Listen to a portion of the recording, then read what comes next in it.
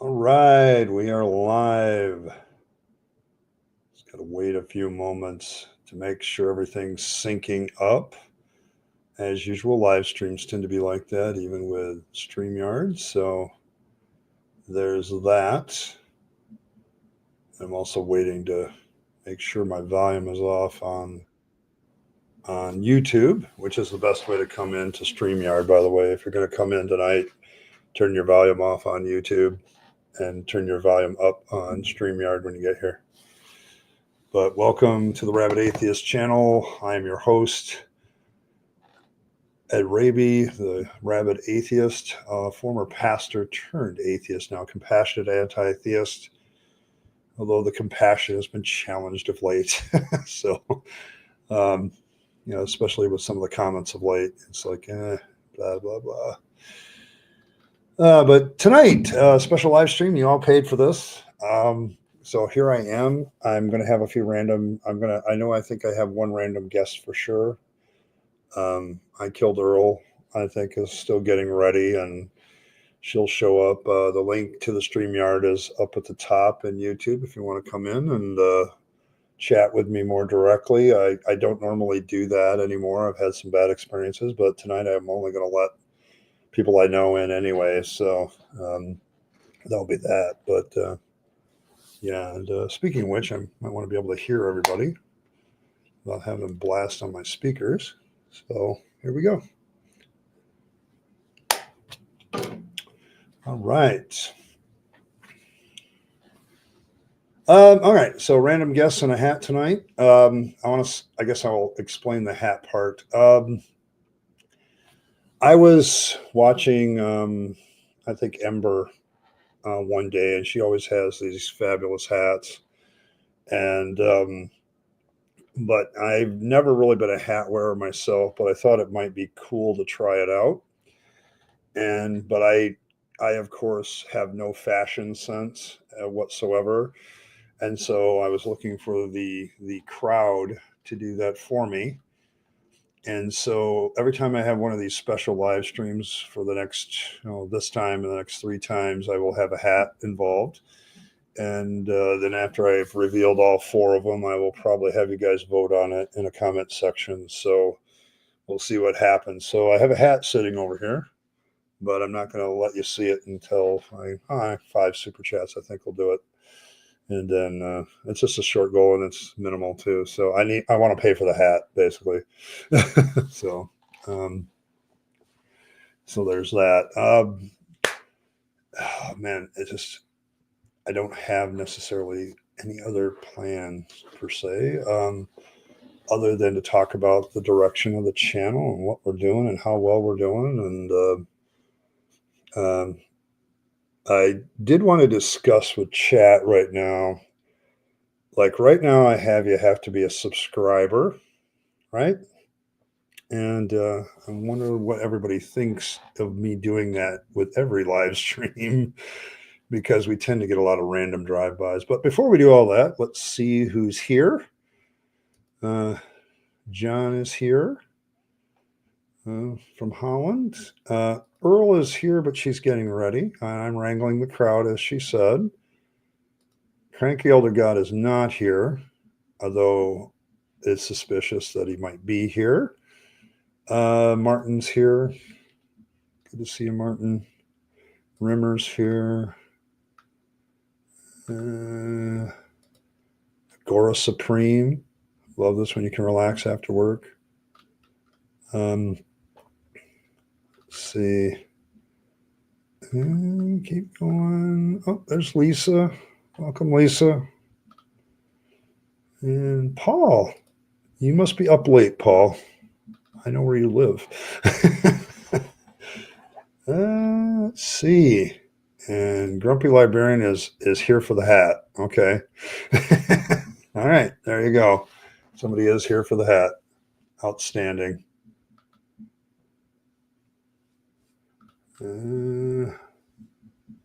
Lisa's also excited about the hat. Okay.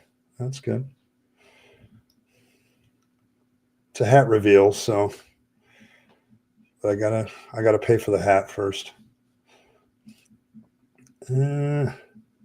Alex, good to see you. Doing the roll call.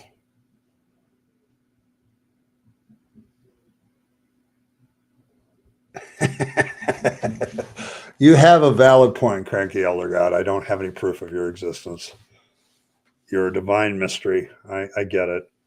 You know, I mean, I have to applaud you. That's got to be a great thing to go into theist things with and like prove cranky elder gods don't exist, prove they don't exist. Um, or is it a divine mystery? Yeah, I mean, I get it. You're wandering around the godless zone. It's better than hanging out with the religious types. So there's that. But yeah, so there's the thing. But I think that's everybody I see. There's a that's about 8 of you, 9 of you. So the rest of you are kind of lurking in the corner, and that's okay. Um, I did want to talk about the channel where we're going. I for live streams, and I've had better experiences when I've turned. You have to be a sub to do chat, um, because when I don't do that, usually at some point during the week, I will get a random, theist just come in and make hell for us. But I think making them be a subscriber might force them to think twice. And it helps me out anyway. So, and Azzo's here. And unfortunately, Fang's Bunny doesn't show up on StreamYard. I'm very upset about that, by the way.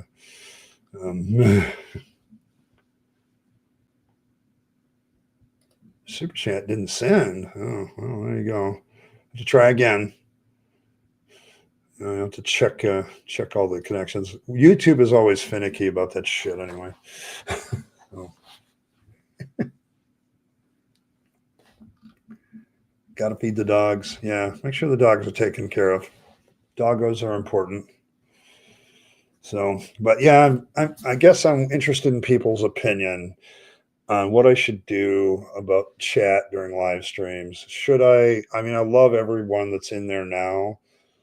I don't want to limit a theist from commenting if they actually want to be polite and nice, but maybe making them be a subscriber for 5 minutes might cause them to think about that. But it doesn't really work all that well on deconversion hangout on Thursdays because they seem to still get in. They subscribe, they wait, and they still get in. So um, we're just getting started. Just getting started. So, but yeah. So I've got a few. I know I have one guest showing up, but she's getting ready and fashionably late as always. So um, so there's that. So I do. I just read them. But at the same time, there's something that gets rid of the drive-bys. Like they have to. Like if you're going to be a theist troll on my channel and you're going to show up on my streams, I guess you're going to have to like get past the barrier. Um, so there's that.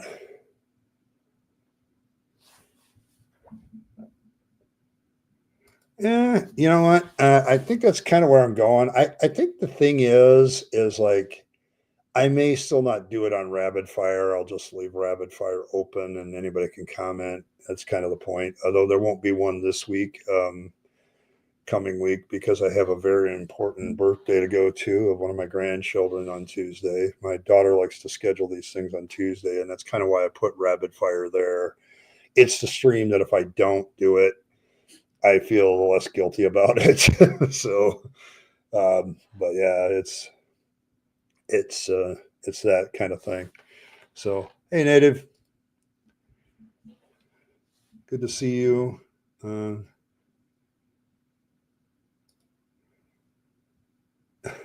good thing you was already watching. Yeah, it is live. It is live.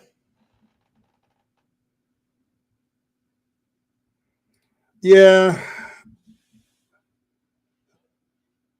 yeah, I think it does. I don't know.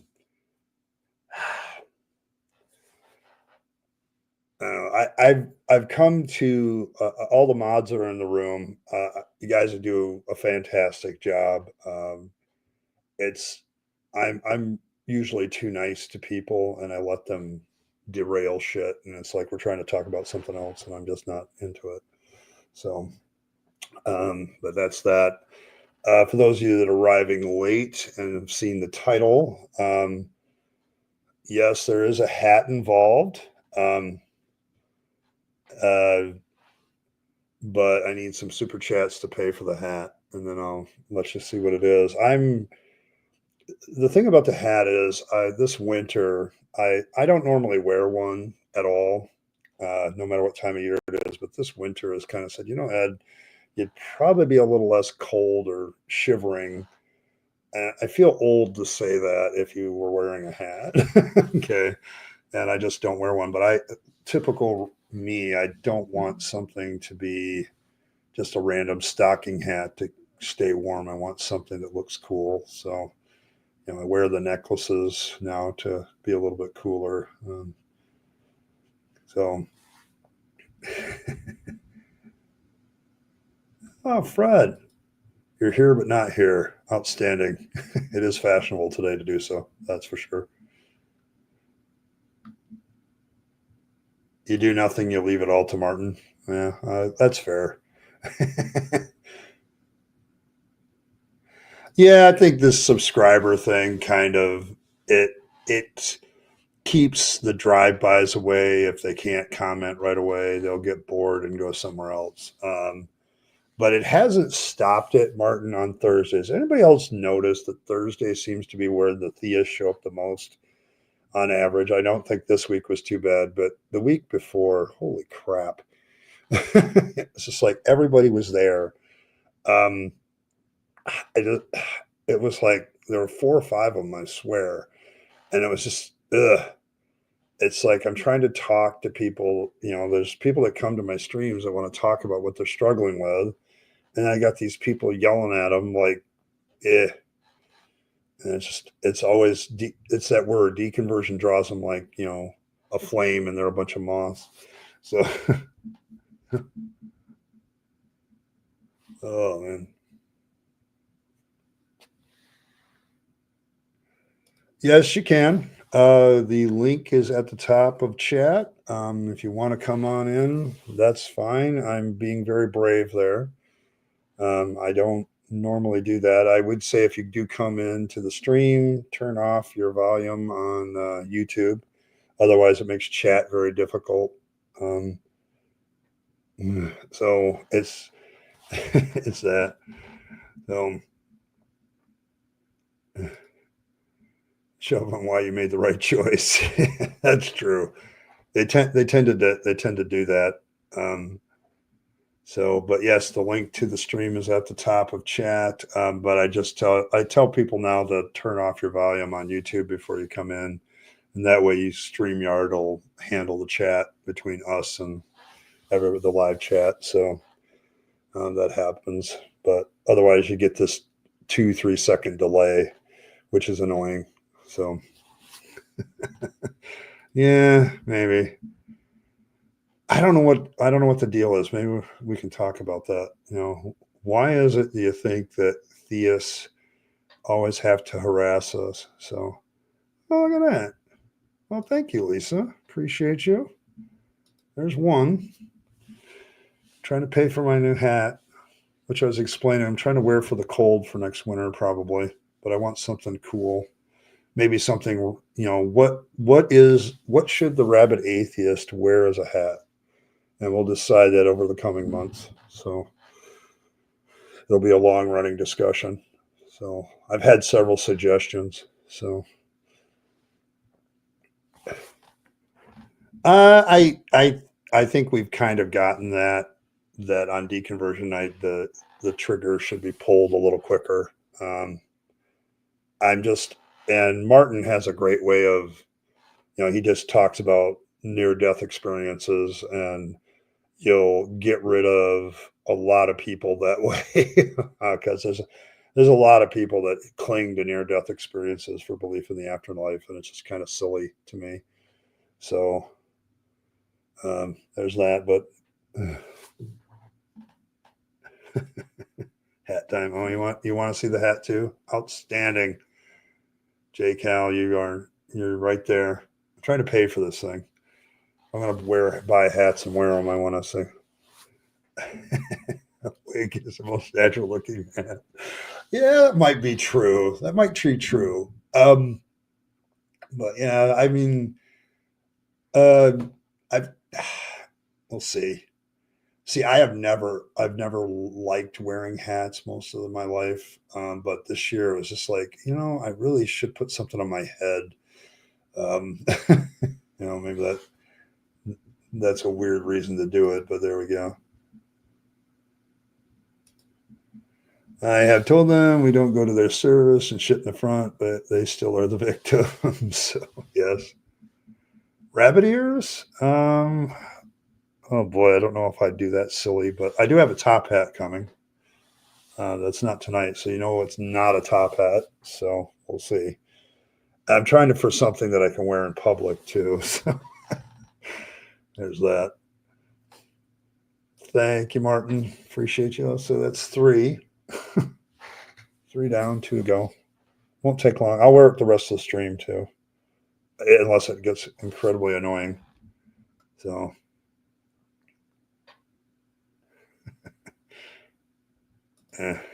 Okay. All right. Trolling for the Lord. I could see that. See, this is a good discussion about Christian trolls. I mean, it's like I don't do that. I don't have time for one, but you won't see me going around theist channels and trolling on them. Um, I don't know. I've never understood the Christian troll. It's like, what are you trying to prove? Um, so rabbit ears on the hat. Well, that might be good for the top hat then. I could see a top hat with rabbit ears coming out of it. Real Alice in Wonderland kind of thing. Wear it on special occasions for the channel. I could do that.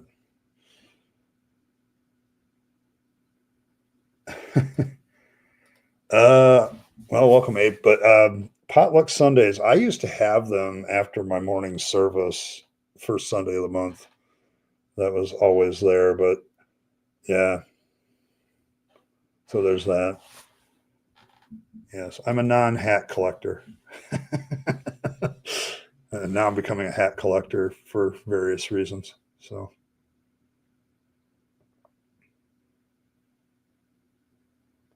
that's a good question. What do they think trolling accomplishes? I don't know. Maybe it's like I got a comment this week about like they quoted some verse from Romans at me, and then I told them, I said, that's about another false claim. Yeah, it was Romans 10:9 and 10 they quoted. They just no, that was the comment. They quoted that. So my response was, yeah, another bunch of false claims by Paul, kind of like he does in Romans 1:18 through 23. And the guy went off. Okay, like he went off, oh, you're just denying God and your your unrighteousness, and all that stuff. And it's like, and you just need to repent and come back. And it's like, what the hell? And so I don't know if they, my ministry degree and my former time as a pastor says it's not going to be very effective. So, I mean, I could do that.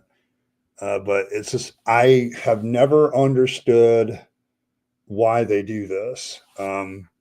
It just doesn't make any sense from a ministry standpoint. And as a former minister, I'm like, how's that going to prove anything?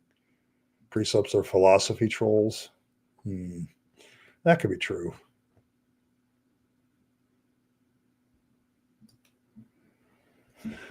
Pastor Christian channels, they've been rising. Yes, I have also noticed this, that pastor channels are rising. In fact, I have one in the town where I work who runs commercials. on regular TV because that town has a TV, is the home of the TV channel, the local, and they run ads there every day, I think, in the early morning when it's cheap, about their service, their online services, both YouTube and whatever. But it's like there seems to be a rise of every pastor has to have a YouTube channel or something. So it's become one of those things. So, but you are right. I have seen it. I don't know. I don't know. Full time.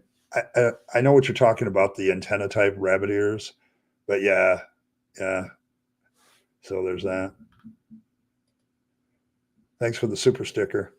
I'll even count it as a chat, even if we don't get there, but because I don't think super stickers count actually. Yeah, the count's still 3, so I don't think they count.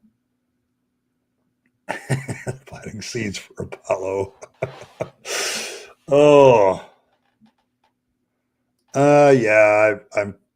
That's why I don't debate. I know for a fact my autistic self would at some point freeze up, but I do not understand. I don't understand the Christian troll. Um, uh,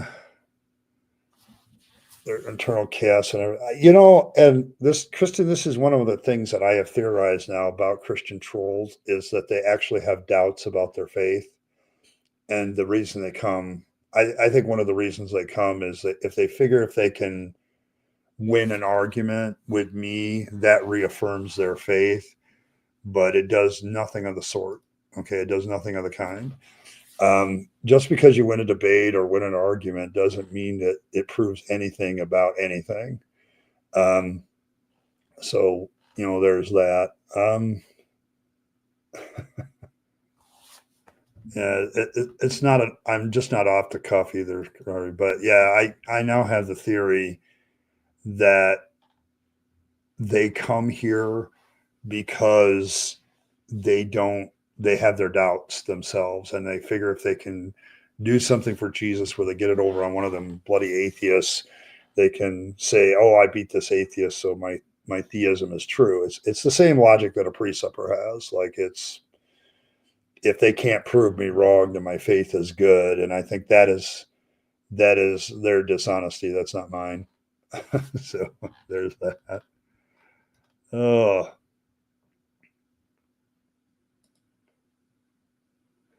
yeah, the extra bill. The thing about that person, said they used to be an atheist, and I do not. It's weird to me when somebody says they used to be an ex-atheist, because I'm like, my immediate question in my brain is, what convinced you that Christianity was true? What evidence did they provide that Christianity is true? I mean, I debunk that crap pretty much every week. So what is it that made you change your mind? And immediately, almost immediately, it's some sort of experiential thing. And this one was kind of even weird, because it's like you've gone down the rabbit trail of biblical conspiracy. so so there's that. So there's that. Oh, look at that. I think we made our goal. And Cal did it. We got that one in. All right. And Fred said somebody has to do it. Okay. Here we go. Now, this is only the first model that I'm trying out. I want everybody to be aware of that. But I've always liked this look from the Godfather movies and things like that. But we're going to try the Newsboy. And I don't know if black's my color, but I'll wear it. There you go. But I think gray might be better for me, but black has always been my go-to because it saves me a lot of stuff. So, but yeah, I think maybe I'll go a little lighter and grayer for the one I actually wear out in public. But yeah, I think I want to start with a newsboy. I've got a few others coming, so every special live stream we do on Saturday, I'll have another one. So, and man, you're much too fair for black. Yeah, I agree. I am. I am. I wear the black T-shirts because I'm a minimalist. So it saves me time. So, but yeah, I'm too fair. Yeah, I think gray will probably do better, but this is the one. So,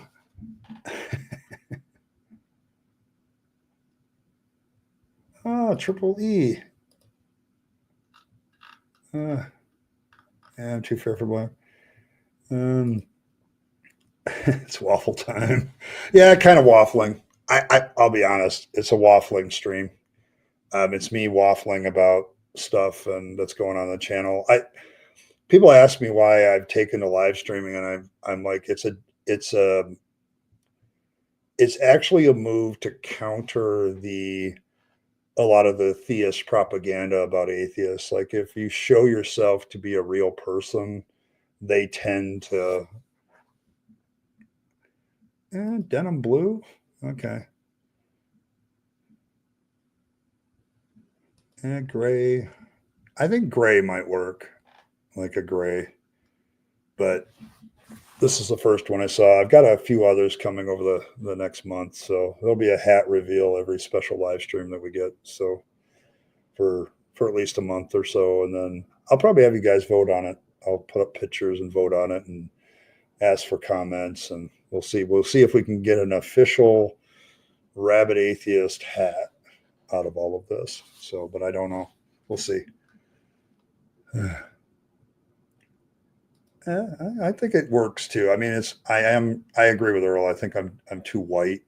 I border on clear, so black kind of really offsets that, and I don't think I can pull that off as much as I like. You're so weak. Yeah, somebody had to pull the trigger though, and you're the one to do it, Fred. French farmer's hat. All right, there you go.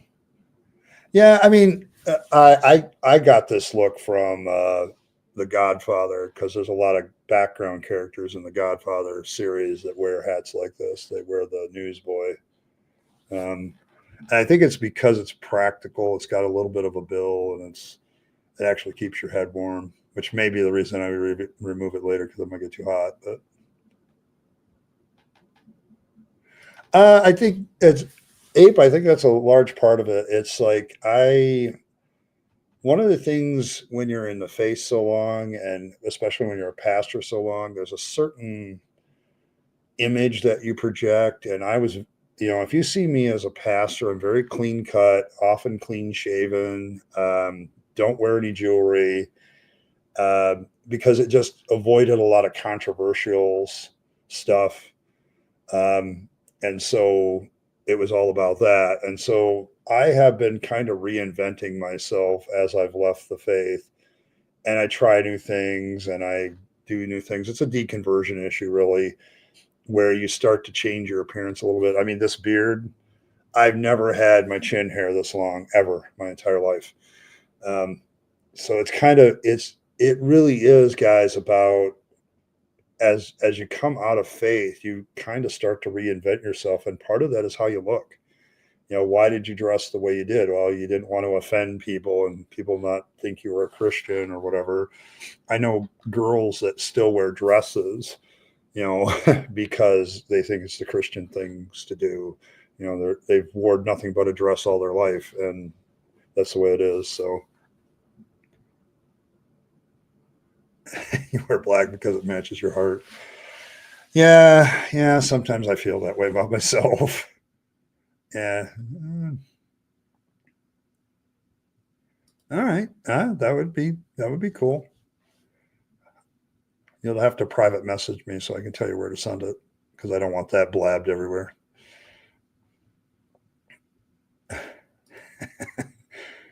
Rainbow shirt. I don't know. Let's see. Needs a pentagram. See, I knew that this would get comments. I knew it would. Yeah, denim blue. I think I did that one. Yeah, it's an easy color. Black goes with everything. It just doesn't go with my skin. Do I look French? See, the thing is, of all the Northern European ancestry I have, the one I do not have is French. There is no French ancestry that I can tell. So, see, I need people around with fashion sense because I suck. So, I really do. Oh, okay. Black tees with a family business logo. I could see that. So, uh, yeah, black, dark colors. Hey, Ronald, you missed a hat reveal, or maybe you didn't. I don't know. I'm working through the comments.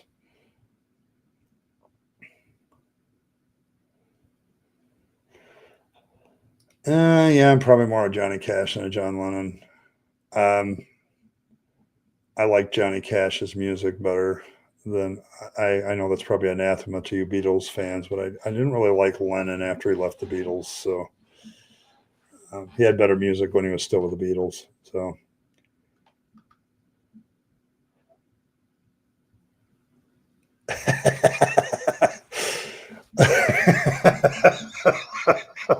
Oh, ain't that the truth?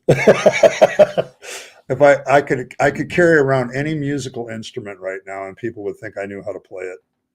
You're Elmer Fudd Hunter's hat. I think that's slightly different. The Hunter's hat has a little bit different thing to it. I would have to take a look at that. But that might be one. A fedora with rabbit ears. Okay. Yeah, sure. The official Rabyd Atheist hat is a fedora with rabbit ears. I don't know. I kind of like the top hat option too, because that's very Alice in Wonderlandish. So,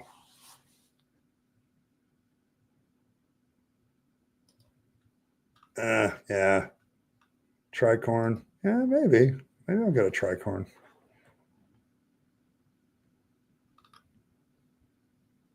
Dresses were never you.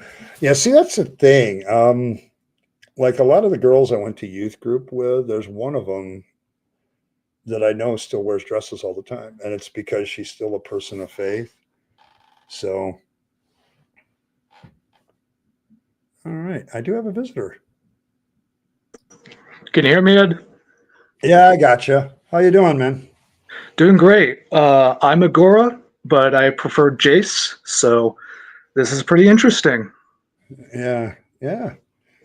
So I'm not a guy that normally invites guests in. So, but yeah, for social reasons mostly. But so how you Yeah, doing?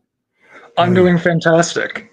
Um, yeah, uh, if it looks like I'm being weird, I'm just autistic. So Yeah, me too. So yeah, I'm fully down with it. Oh, I lost you.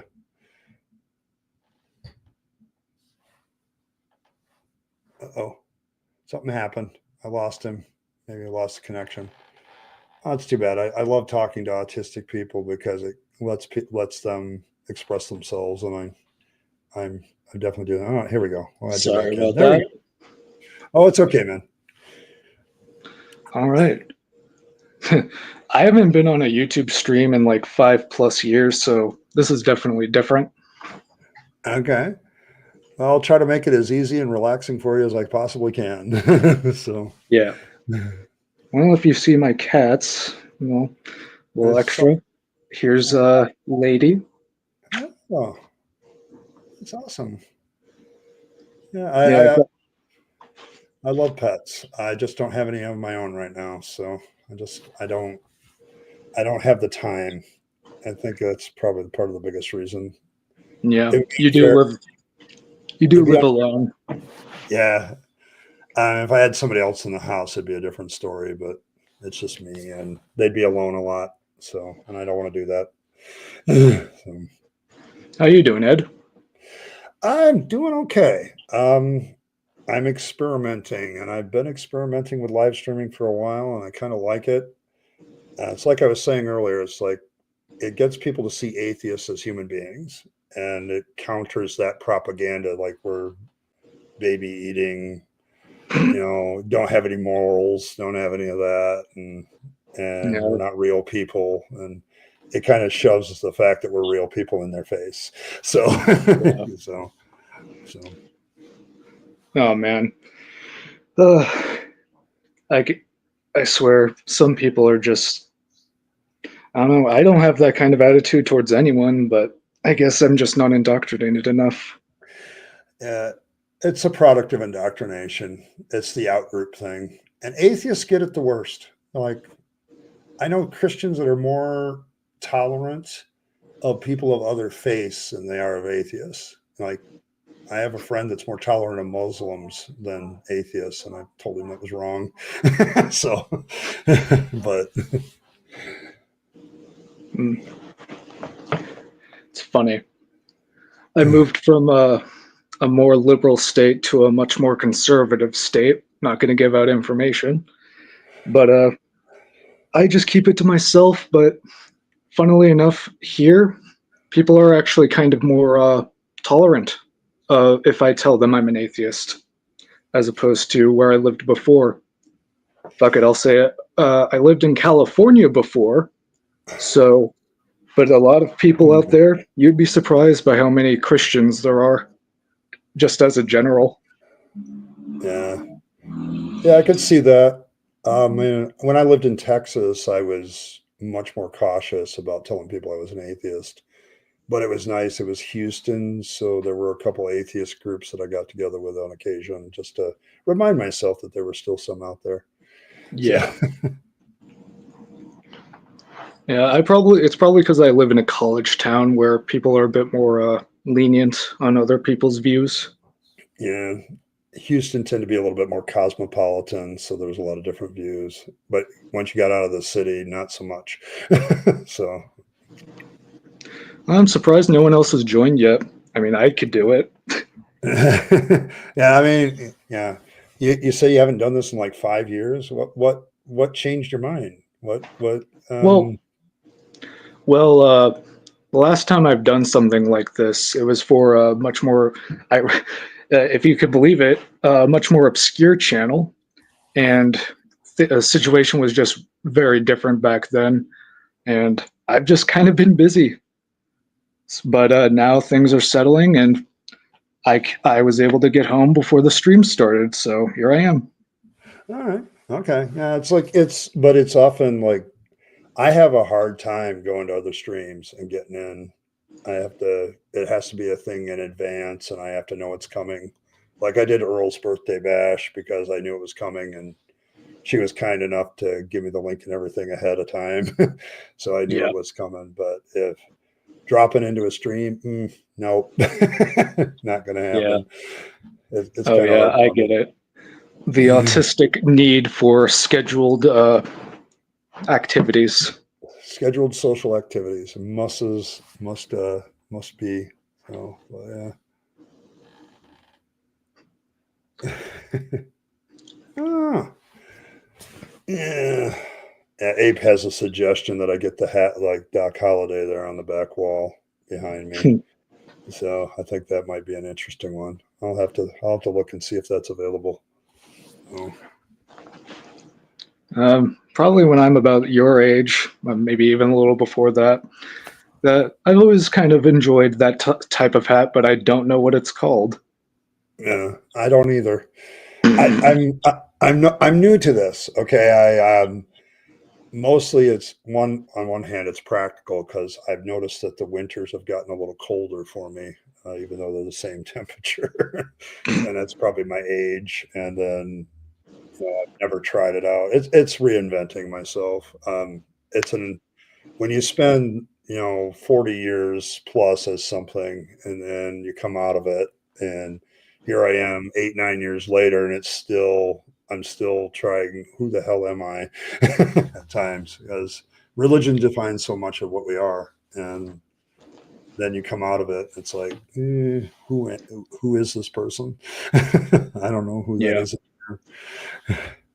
Oh yeah. I mean, like even at my age, I've had to reinvent myself at least once or twice. But that's just trauma dumping. If I go into detail, it, funnily enough, with the outro you have about not putting trappings into religion. Every time I hear you say it, my mind kind of always goes to like how much time I've spent in atheist circles. Yeah. You're basically the only channel I watch now, other than Dark Matter and Logic. Okay. Yeah, those are good channels. I watch them on occasion. Yeah. The dirty little secret for us content creators is I don't have the time always to watch everybody.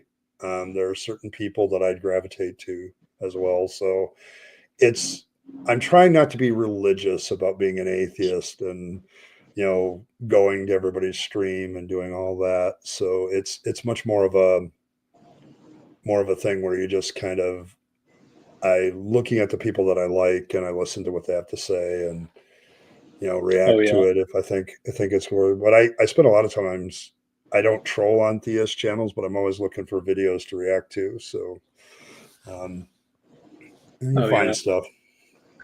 Yeah, like for me, I just stopped finding anything new. And if I'd be honest, I haven't heard or seen anything new for a couple of years. So I really just lost interest in a way. But people like you, Dark Matter, Logic, I stick around because, I mean, you guys just seem to be the wiser of the content of the atheists in the atheist sphere. I appreciate that. I do. I try to be doing what I do without anger or malice. I don't want to be that way. I know a lot of theists that are that way, and I don't want to be like them. But I do get you. There are some channels I just don't watch anymore. Like I don't watch The Line anymore. I'm having a lot of trouble. I'm having a lot of trouble with Matt Dillahunty lately. It's like there's just a lot of anger and not a lot of rationality.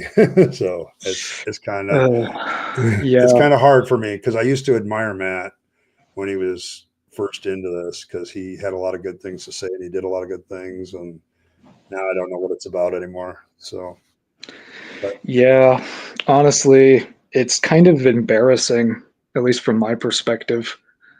Like I've always for a little while I've always worried that on some random occasion dude's going to get so upset he'll have a stroke or another heart attack. But of course I don't wish that on him. It's just dude gets so freaking angry over everything. If you would disagree with him at least significantly, he will let you know. It's been a hard thing for me a lot of times to watch some of these channels because I've admired some of these people for a long time. I don't know. I used to watch Vice Rhino a lot more, and now I don't watch him as much. And it's probably because he's limited his content so much. He's like one video every couple of weeks, and I just don't see him as much. He also uploads like half hour, 1 hour, hour and a half videos. Yeah, and it's hard to get watched when you're putting out massively long content. All right. And I think Earl has arrived, so I'm going to throw her in.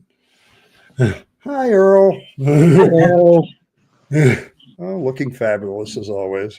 So, thank you. How you doing?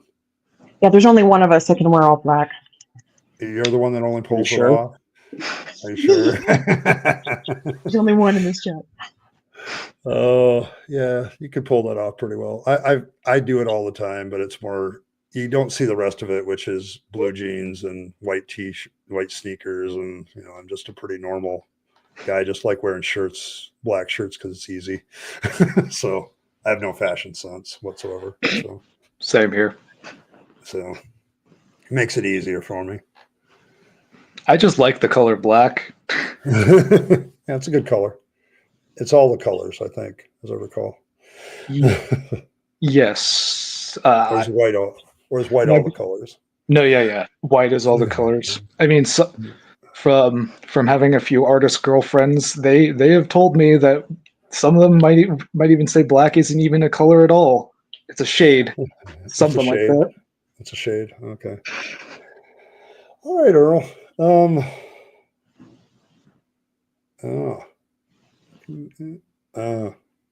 No voice. Yeah, you gotta.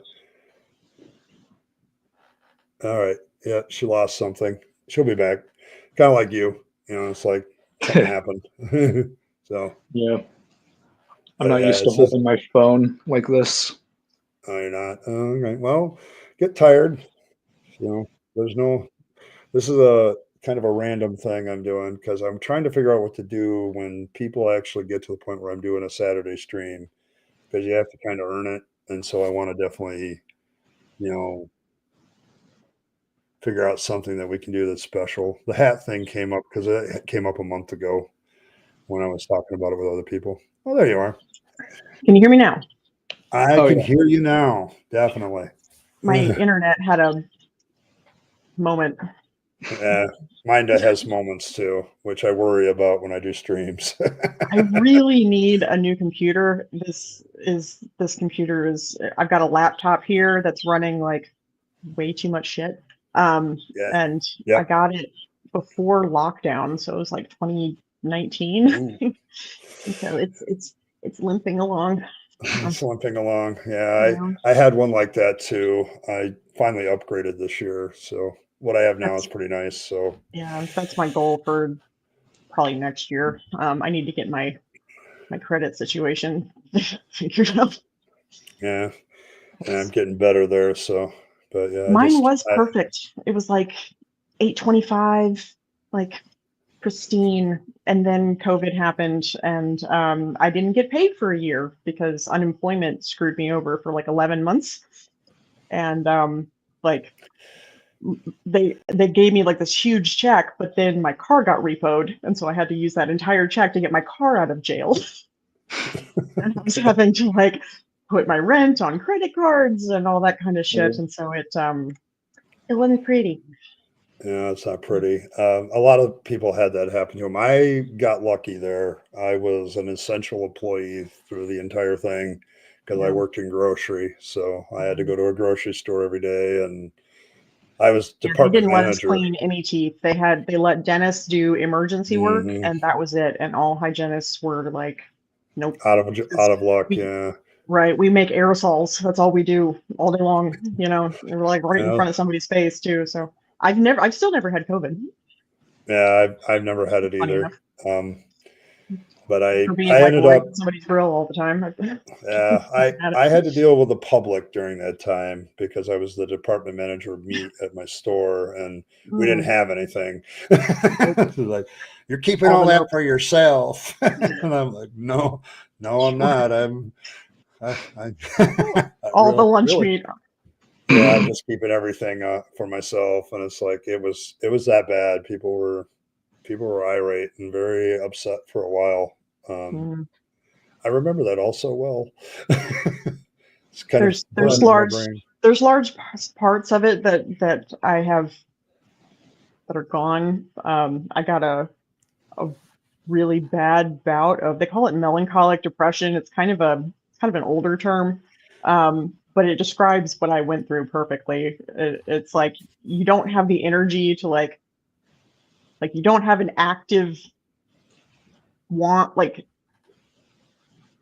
you don't want to live, but like you're not really all that motivated about that. Yeah, I know what you're talking about. So you just Uh, sort of like, and so I just quit eating because I was like, yeah. what's the point? And got about down to 115 pounds on a 5'8" frame. Ooh. Not a good look. I was like hollow. I was gray. I lost a third of my hair. It was bad.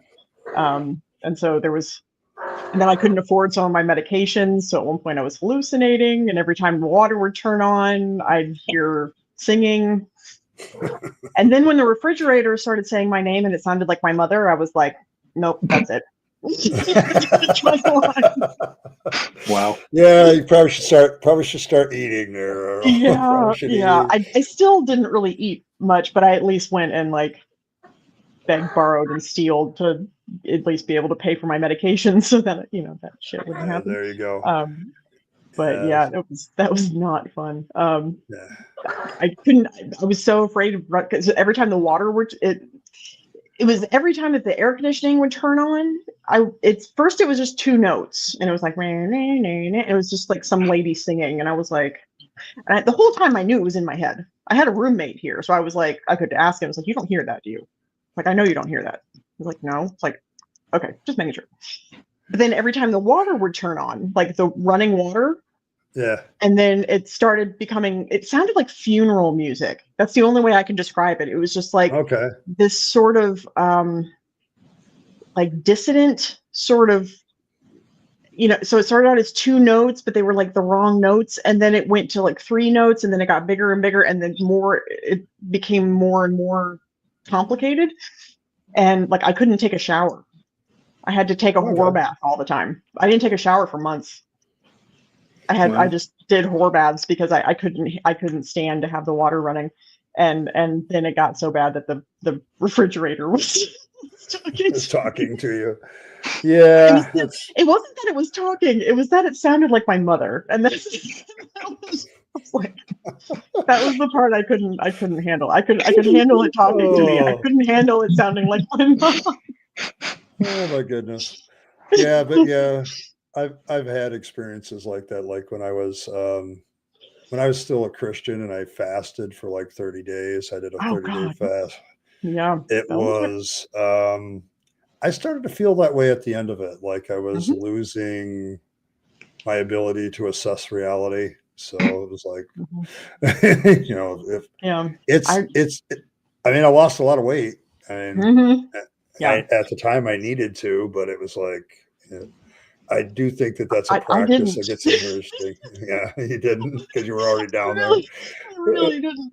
And my friends at the time were like, "We're gonna put you in the hospital." And I was like, "Don't put me in the hospital," because I've been to the hospital before when I got divorced and turned 30, and then Trump became president. Like that whole, like, I lost my fucking mind.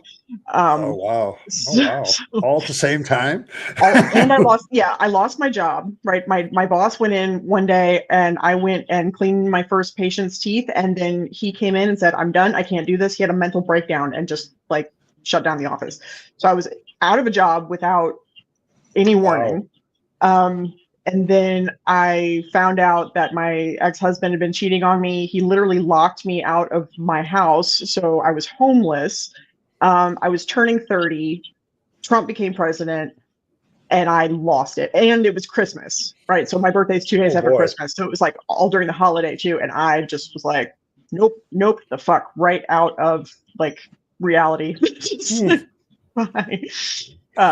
Yeah, so that was the stories of Earl's life. How that's why I have a blog, because I have so much wild, like wacky shit that like people are like, Gora's losing it at this point. I mean, I might as might as well tell people. It's like, I'm not embarrassed by it or anything. It's just that I'm tired of trauma dumping. It's all right here.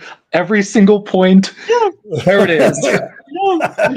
I literally do not care, because I mean, to me, it's not like, because I'm not looking for sympathy. So to me, it's not trauma dumping. It's just like, this is so insane. Y'all should know about this too. Like, yeah, it's a good story. It's a hell of a story. Because I can laugh about it now. I couldn't then. Like, it would have been trauma dumping back then, but now I can make jokes about it and make it entertaining. And I'm a darkly humored kind of girly. So well, Ed, it seems that you attract a very particular kind of audience. Yes, I do. Yes, we all do. Me and Earl both, because she does it on her blog and I do it here. We're dark and broody. I've always been the guy, like when I was a pastor, my last church was that way too. It was like the Isle of Misfit Toys. It was it was really people that didn't fit in any other church. They were at mine. So it was like, I don't know why that is, but I resonate with misfits. I really do. I don't, I like them better People that are normal just bother the hell out of me. So, I get real suspicious when somebody's like too nice. I'm like,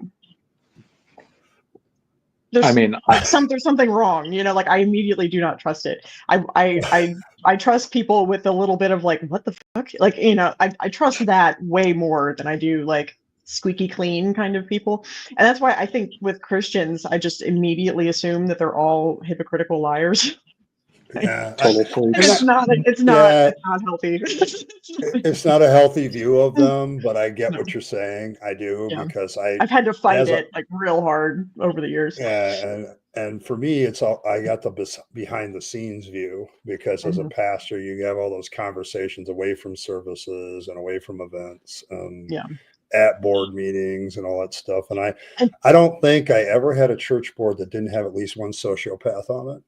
So it's like, it's like, and at the time, like it was really bad. Like when you were talking about watching The Line, and like that was when I was the most, like, I wouldn't say aggressive because I'm still aggressive, but like I was definitely the most like antagonistic towards Christians, because that anger and sort of hatred kind of feeling was being projected so hard. And I was a moderator on The Line, so I was literally watching like every show, and it was all in my face all the time. And their bad, like their bad attitude and bad juju and some of their bad thinking was sort of rubbing off on me. And so the audience or the hosts? Both. Yeah, both. So when I got booted out of there, it was actually, I very quickly realized like I was in a cult. Like that channel is a cult. Yeah, I've gone into this before, but the religious behavior of atheists is something I've been looking at, because there's some things that atheists still do that I see in church. So it's like, it bothers me. And they just took that same thinking and then transferred it, but the same kind of tribalistic and us versus them. And if you're not all on board with what we believe, then you're the other, and you're, the amount of times that like during the campaign, I mean, before the presidential election and stuff, they were doing a bunch of shows, and every once in a while I'll go on and just sort of hate watch. And, if there's hosts on that I like I like Forrest and Erica and so if they were on, I would watch. But the amount of times that people would come on, and as soon as they said like anything about pronouns or Palestine or like anything, it was immediately that you're a bigot, you're pro genocide, you're this, you're that. Like there was no nuance. Yeah, no middle ground. It's just you were bad and fuck off. And they would just, the screaming match would start, and it was just not a good look. That's kind of what I turned me off after a while. It's like, you do realize that the Palestinians aren't exactly lily white themselves, right? No, they're not. They kind of do crap for religious reasons, and they blow themselves up. And this latest round between them and Israel, they kind of crossed the border. They kind of started it. Yeah, killed a bunch of people, and they kind of started it. Yeah, disemboweled babies, and all kinds of fun shit. Like we're not going to pay attention to that. Do I think Netanyahu went way too far? Yeah, he's gone way too far. But they started it. So let's not pretend that they are just so innocent in all of this. Like it's just, So it's asinine. I think that's probably what usually turns me off to most stuff like that, is when there's no nuanced discussion about both sides. Like you're trying to paint it, the one group you want good, as perfect, and then you're painting the other group as evil. And it's a natural human trait. And that's the same thing that religious people do. And Jimmy in particular, he's always, especially back then, he'd always be bringing up, now all he talks about is that he's sick all the time. It's like, I don't give a shit about your body functions. But then he talks about his dick all the time. And I'm like, and I finally realized, I was like, because you were a fundamentalist and you just now discovered it. Like, Oh, that's so he was true, though. he was a fundamentalist Mormon, and so like they were not allowed to talk about such things, and he has no recognition that he's got the same mindset, that he's just like, oh, I found my penis. Like, it's just, we don't care. Like, the rest of us know about it. We've been here a while. Like, Yeah, it's interesting, because I remember him when the channel was before the line, because he did a channel for a while. He was much more sensible back then. Like, he had he was just taking on faith, and then he decided to do, the line came up, and after that it was like, when he recruited Matt from the ACA, after the ACA kicked Matt out for reasons that still aren't baffle obvious. me. Yes. Well, they're not baffling to me because he's a fucking asshole. Like, of course, but there was some discussion about, his girlfriend or whatever, which that relationship is vile. Because he's old enough to be her grandfather. Like, for fuck's sake, is that what?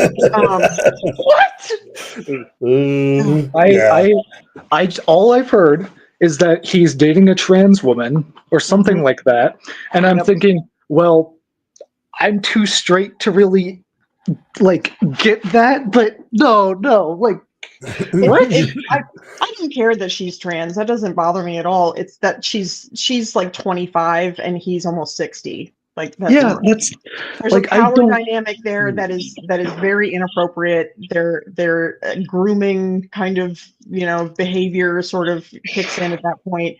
Like, there's a lot that's just really unappealing to me. Yeah, and like, we're talking about Matt Dillahunty, a guy who will pretty much open his heart out if it means showing everyone how progressive he is, and he's acting the way you're talking about it. He's seeming predatory. Wow.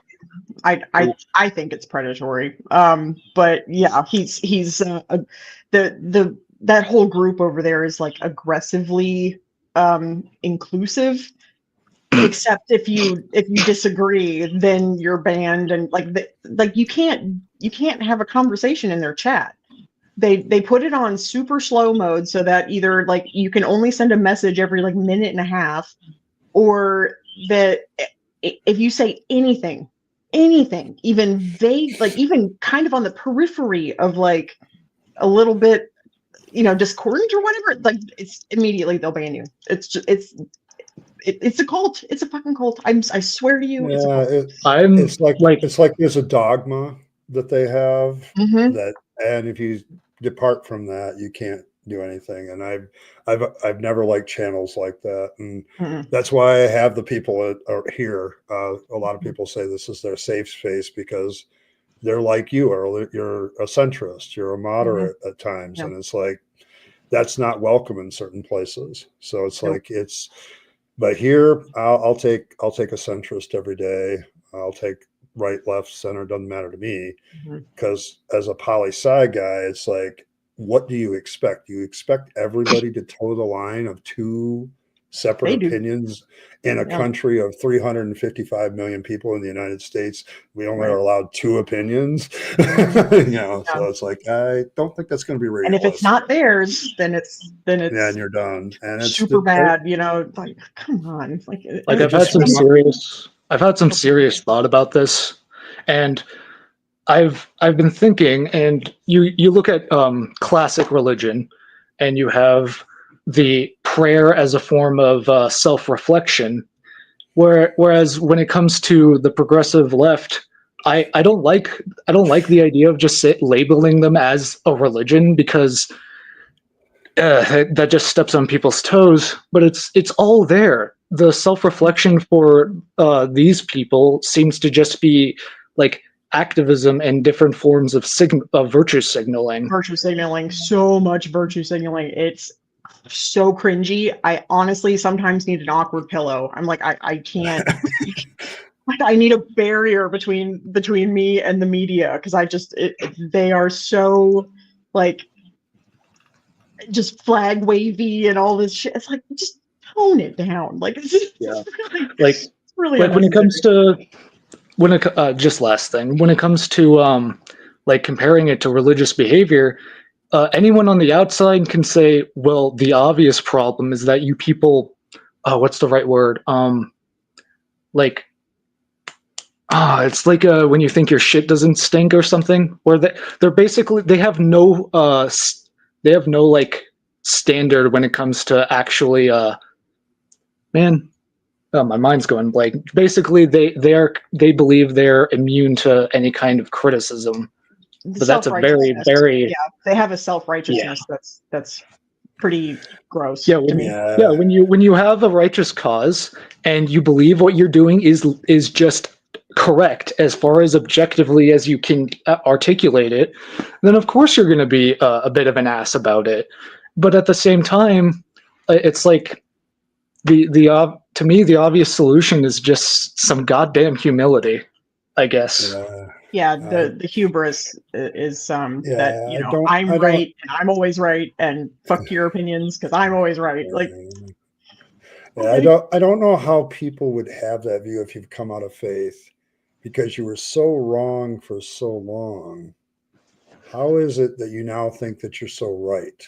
Okay, it's like I think if you realize you've been wrong many times in your life, you're gonna be a little bit more reflective and a little bit honestly, well, and genuinely they've just tolerant. taken their, they had a pastor or whatever, they've taken whatever leader and they've made it into, Jimmy and Matt. Like the parallels are very, like when you step back and you're. Oh, I think I Oh lost no. Earl again. She was about to make a good point too. Yeah. Man. Well, but I get what she's saying. Yeah, for me, it's like I went from basic liberal to, progressive, and then I saw the progressives sort of just lose their fucking minds, and I thought, all right, there's a bit of a tension here. And the closest thing I found to a quote unquote home politically is libertarianism, but like we're trying to get libertarians to get along is like hurting a bunch of autistic cats. Yeah. You were making a point, Earl, and I think we lost you for a second. Yeah, I swear this poor little computer is like just like it's like it's limping along. It's got on a ventilator. Yeah, because I don't know. I have gotten to a point where I understand that people are going to have different viewpoints when they come. And it's a point I've made many times. Atheists are all over the spectrum when it comes to politics and social issues.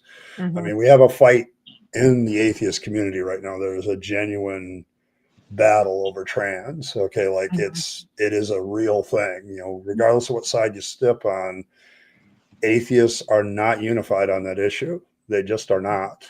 Okay, and it's creating an issue in the community, which is fine. It's going to happen, but I just don't know what to do about it. Okay. Yeah, I'm not sure either. It's like, just like the SJWs. I mean, everybody knows how I feel about that. I'm over their shit. Like I'm fucking over it. Like we tried it your way, and it didn't work. So like, insulting people doesn't seem to make them want to join your side. Right. Calling them a dispersion. bigot. Calling people bigots all the time just doesn't seem to work. I don't know what that would be. Right. But yeah, it's been an interesting sphere because I get shit all the time because I won't necessarily take a side on some things because I'm still thinking about it. Like and I get it. And some of the people on both sides I have admiration for because of what they've done with other things. Like I probably have a very controversial view about Dawkins because Dawkins did a lot of good things. Yeah. And then he just takes this one viewpoint and now he's the most evil piece of shit ever. And it's like, and I don't think that his viewpoint is honestly all that bad. It's what you would expect from his wheelhouse. He's a fucking biologist. Of course he's going to see it in a biological frame. Right. Yeah.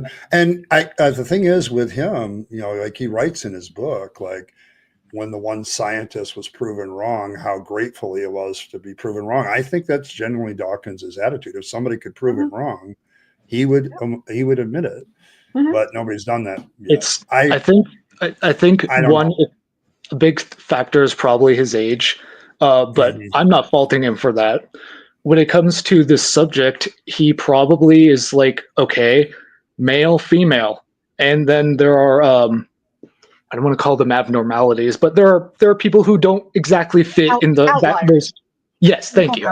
Yeah. Like he'll recognize outliers, but the trend is that we are sexually dimorphic. So when these fucking lunatics say, "Hey, you're either if you're with us, then you will acknowledge them as their identities, as their preferred pronouns," and Dawkins, I imagine in Dawkins's mind, that was to him, he was being asked to say males are females and vice versa. Like, and from a biologist's point of view, he can't do that. Right. Exactly. And he's been trained that way in his brain so long, and now there's no, brain flexibility left. You get to. Plus, it was coming from a rich white guy, so that makes him mad too. So but you can't win. But it's like you have to remind people. Dawkins got stripped of a humanitarian award. Okay, like before that he was recognized as a good humanitarian. Okay, right. And did a lot of good things. And as somebody who graduated, and as somebody who graduated from the Clergy Project, I'm like, the Clergy Project doesn't exist without Dawkins. So it wouldn't have taken place at all. And so I'm like, I don't agree with him on this issue necessarily. I think there's a lot more to it than biology, but at the same time, it's like, am I supposed to just demonize the guy and throw him in the shit pile? I think that's very cultic to me. It's like, I guess that's where my recoil is. It's my deconversion issue of, I don't want to be religious thinking like that anymore. I don't want to do that anymore. And judging everybody like on their absolute merit of everything they've done, not just one thing they do. And like they treat him like they treat him like he's calling for some kind of genocide, and it's silly, genuinely silly. No, he's not like that. I've never seen him do that, call for a genocide or advocate for people's death or anything like that, or tell them that they had to stop transing either. He's never said that either. So he's like, you do you. So he just has a biological view about it. And I don't know, eventually human race is going to have to make that call of what is gender. That's the real issue. What is gender? And I don't think we have enough information to go on yet to have a good picture. So back in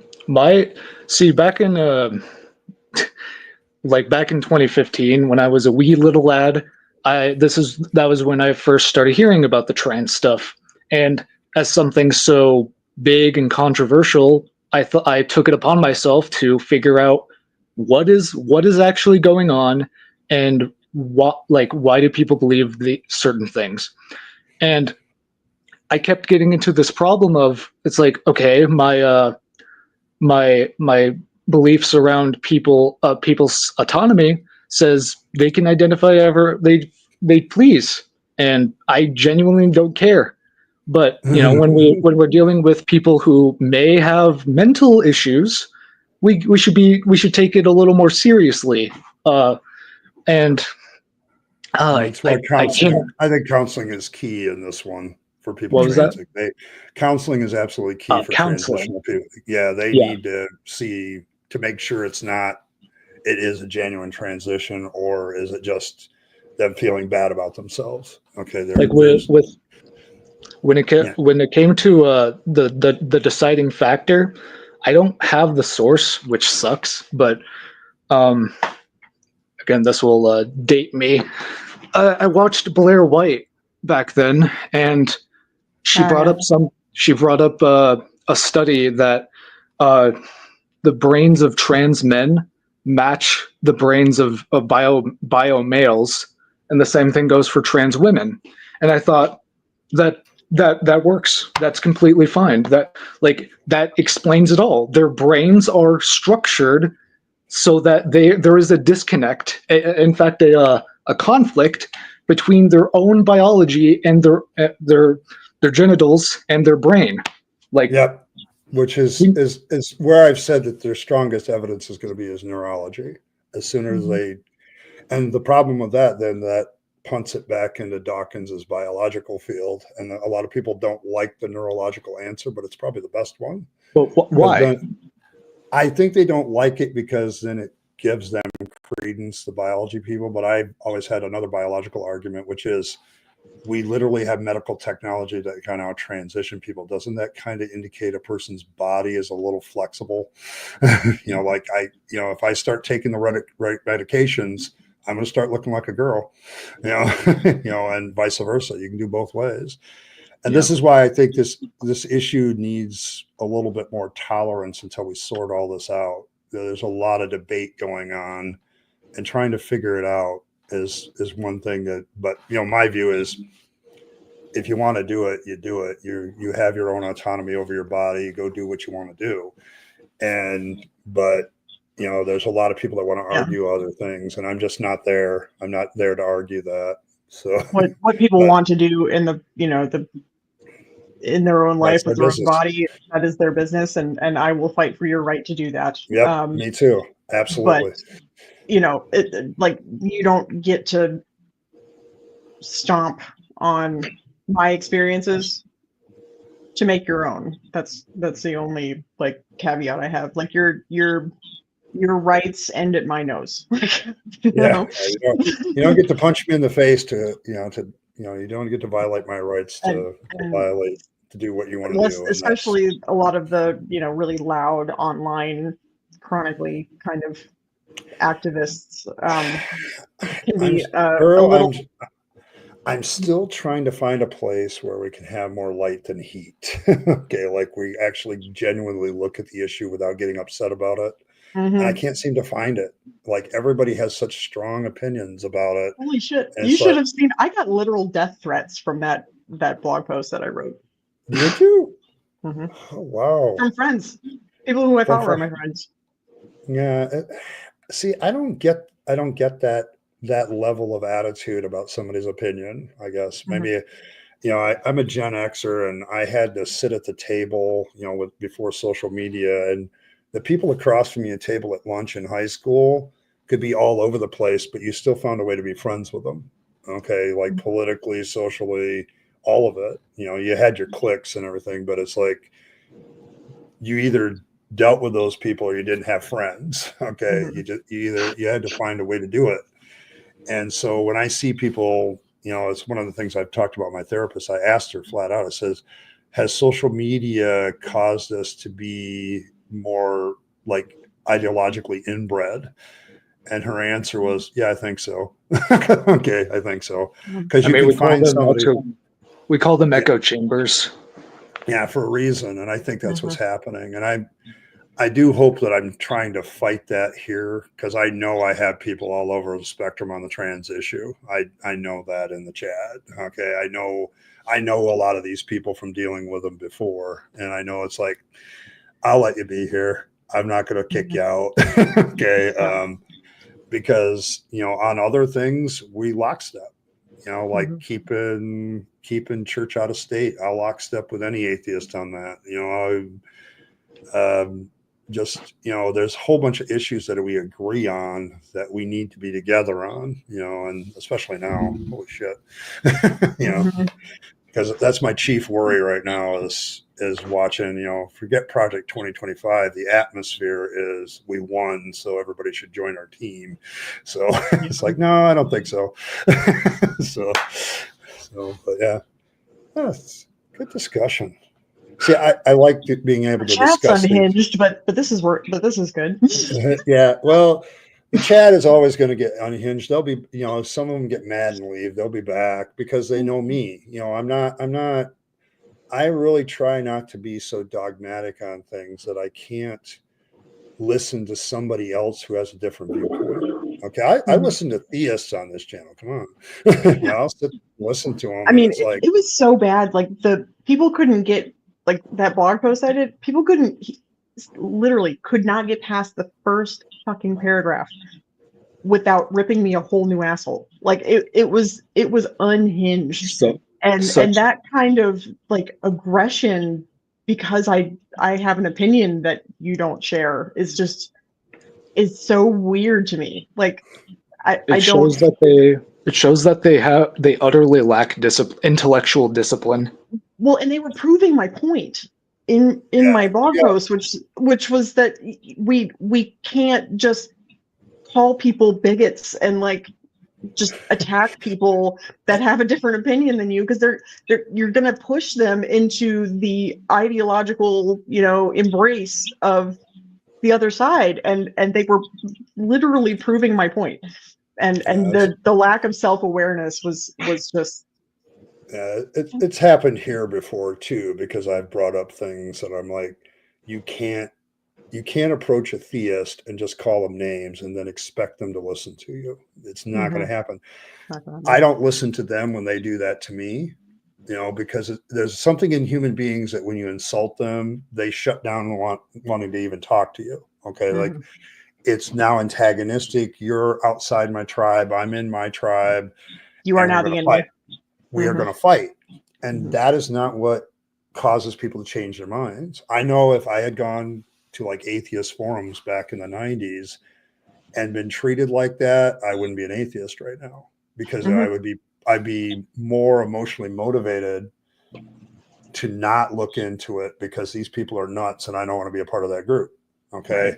The lack of empathy was just, and especially from a group that is so, like I said, aggressively inclusive, to then be so antagonistic to anybody that isn't them. Is like, do you hear yourself? Well, I think I remember reading I can't remember who the quote is, but it's the ability, education is the ability to sometimes entertain Socrates, ideas. I think. Yeah, you entertain ideas that you don't necessarily hold, and you can entertain them and kick them around and look at them and try to see them and not get upset about it, but just kind of like, I can see why this person would have this viewpoint. Okay, I can understand the benefit here and the cost to it. And it's like, it's hard to get into that mode in current state of affairs, because it's like everybody wants you to adhere to a dogma. And I'm like, I'm not that. And it's probably why my channel doesn't do as well as some others sometimes, because it's like, I'm the kind of guy that's going to remind you that you need to think about shit. Okay, I'm not, it's like, it makes people very grumpy. People very grumpy, and it's like, I don't want to get back into the religious mindset where everybody's an out group. I don't like that. I have never liked the tribalism of religion, even when I was in it. And I just, now it's like, I'm a part of a tribe, atheists, that people propagandize against me all the time. So I have to do a channel to push back against that, And so I don't want to do it to them either. That's why I always like, when a Christian gets on here, I'm like, I'm asking what flavor they are, like what are you? Are you a Baptist, Catholic, Protestant? What are you? Because within Christianity, how many different views are there? Like, you don't really know what they are until you ask. And that's why it really bothers me when Christians come on and they immediately start talking about like the atheist worldview. I'm like, have you talked to any atheists lately? Right. Lots of atheists do not agree with lots of shit that I say. Like that's kind of my brand. I don't get 100% agreement out of the atheist community. I'm fairly certain of that. I mean, every atheist I know of has some sort of different view on something. It's why I say atheism doesn't have that capacity. Worldviews involve far more than whether there's a God or not. Okay. And you can be that's the answer to one question. Like, it's one. The rest question. of it's, the rest of it's a great big wide world. It doesn't help. It doesn't help that like the more, let's just say, vocal atheists tend to be of a very particular persuasion. That doesn't help our case at all. It just makes it look like all of us are them. Yeah. I think the loudest voices get. So we get lumped in with the loudest voices, and it's like, no. I just keep that over there. That's not me. Yes, grumpy people say it ain't so. She's grumpy again. Yeah, I don't know. I've had my moments on this channel where people have pissed me off, and it's usually when they attack me directly. That's probably the only time. Mhm. Yeah, But attack. that one dude that kept being like, "You won't debate," and blah blah blah. It's like, he already said he wouldn't debate. Like, why are you I don't. asking him to Okay, debate? He just I made it clear he don't. doesn't do that shit. I like listening to debates, but debates used to be a little bit more classy than they are It today. did. Okay, Yeah. like when Hitchens takes on Wolf, that's a classy debate. Like Mhm. there's rules. They're both treating each other somewhat with some respect, although they're doing some barbs back and forth. True, Mhm. but they shook hands and left after it Mhm. was over. You know, it's like we put out what we wanted to put out. We both have our viewpoint, but I can still respect you as a human being. Like I don't Mhm. have to disrespect you as a human being. Right. Now, I think debates have changed to a point where I don't want to do them. I just don't. I don't want to be. I don't want to sit there in that chair and just have some guy call me every name in the book as part of his debate tactic. And it's like Right. that's It ad doesn't feel good. hominem. You know, it's Speaking like from ah, experience, it's not yeah, feel good. yeah. You've had a couple of those, haven't you? But yeah, that's why I don't do it. If the Unhinged. nature of debate changes so it's more respectable and has more class again, I might consider it. Okay. Yeah. Because if I get my 2 minutes, then I get to sit 2 minutes and listen to the other guy, get up to a rebuttal, and there's like some structure to it and some respect afterwards where we all shake hands and say that was a nice Mhm. discussion. I'm down. Okay. Yeah. I don't think that's possible anymore. I just don't think it's possible. Well, And it is totally possible. It just, I mean, they even do that on like modern day debate. It just depends on the rules that both parties want to agree to. If the, if both parties know that they're really bad at like interrupting and they know it's going to be contentious and stuff, then James will say, okay, we're doing a minute here, a minute there, and go back and forth that way so that it can at least be somewhat productive. For me, when it comes to debates, when it comes to the atheist versus theist debates, it's like I already know who I agree with.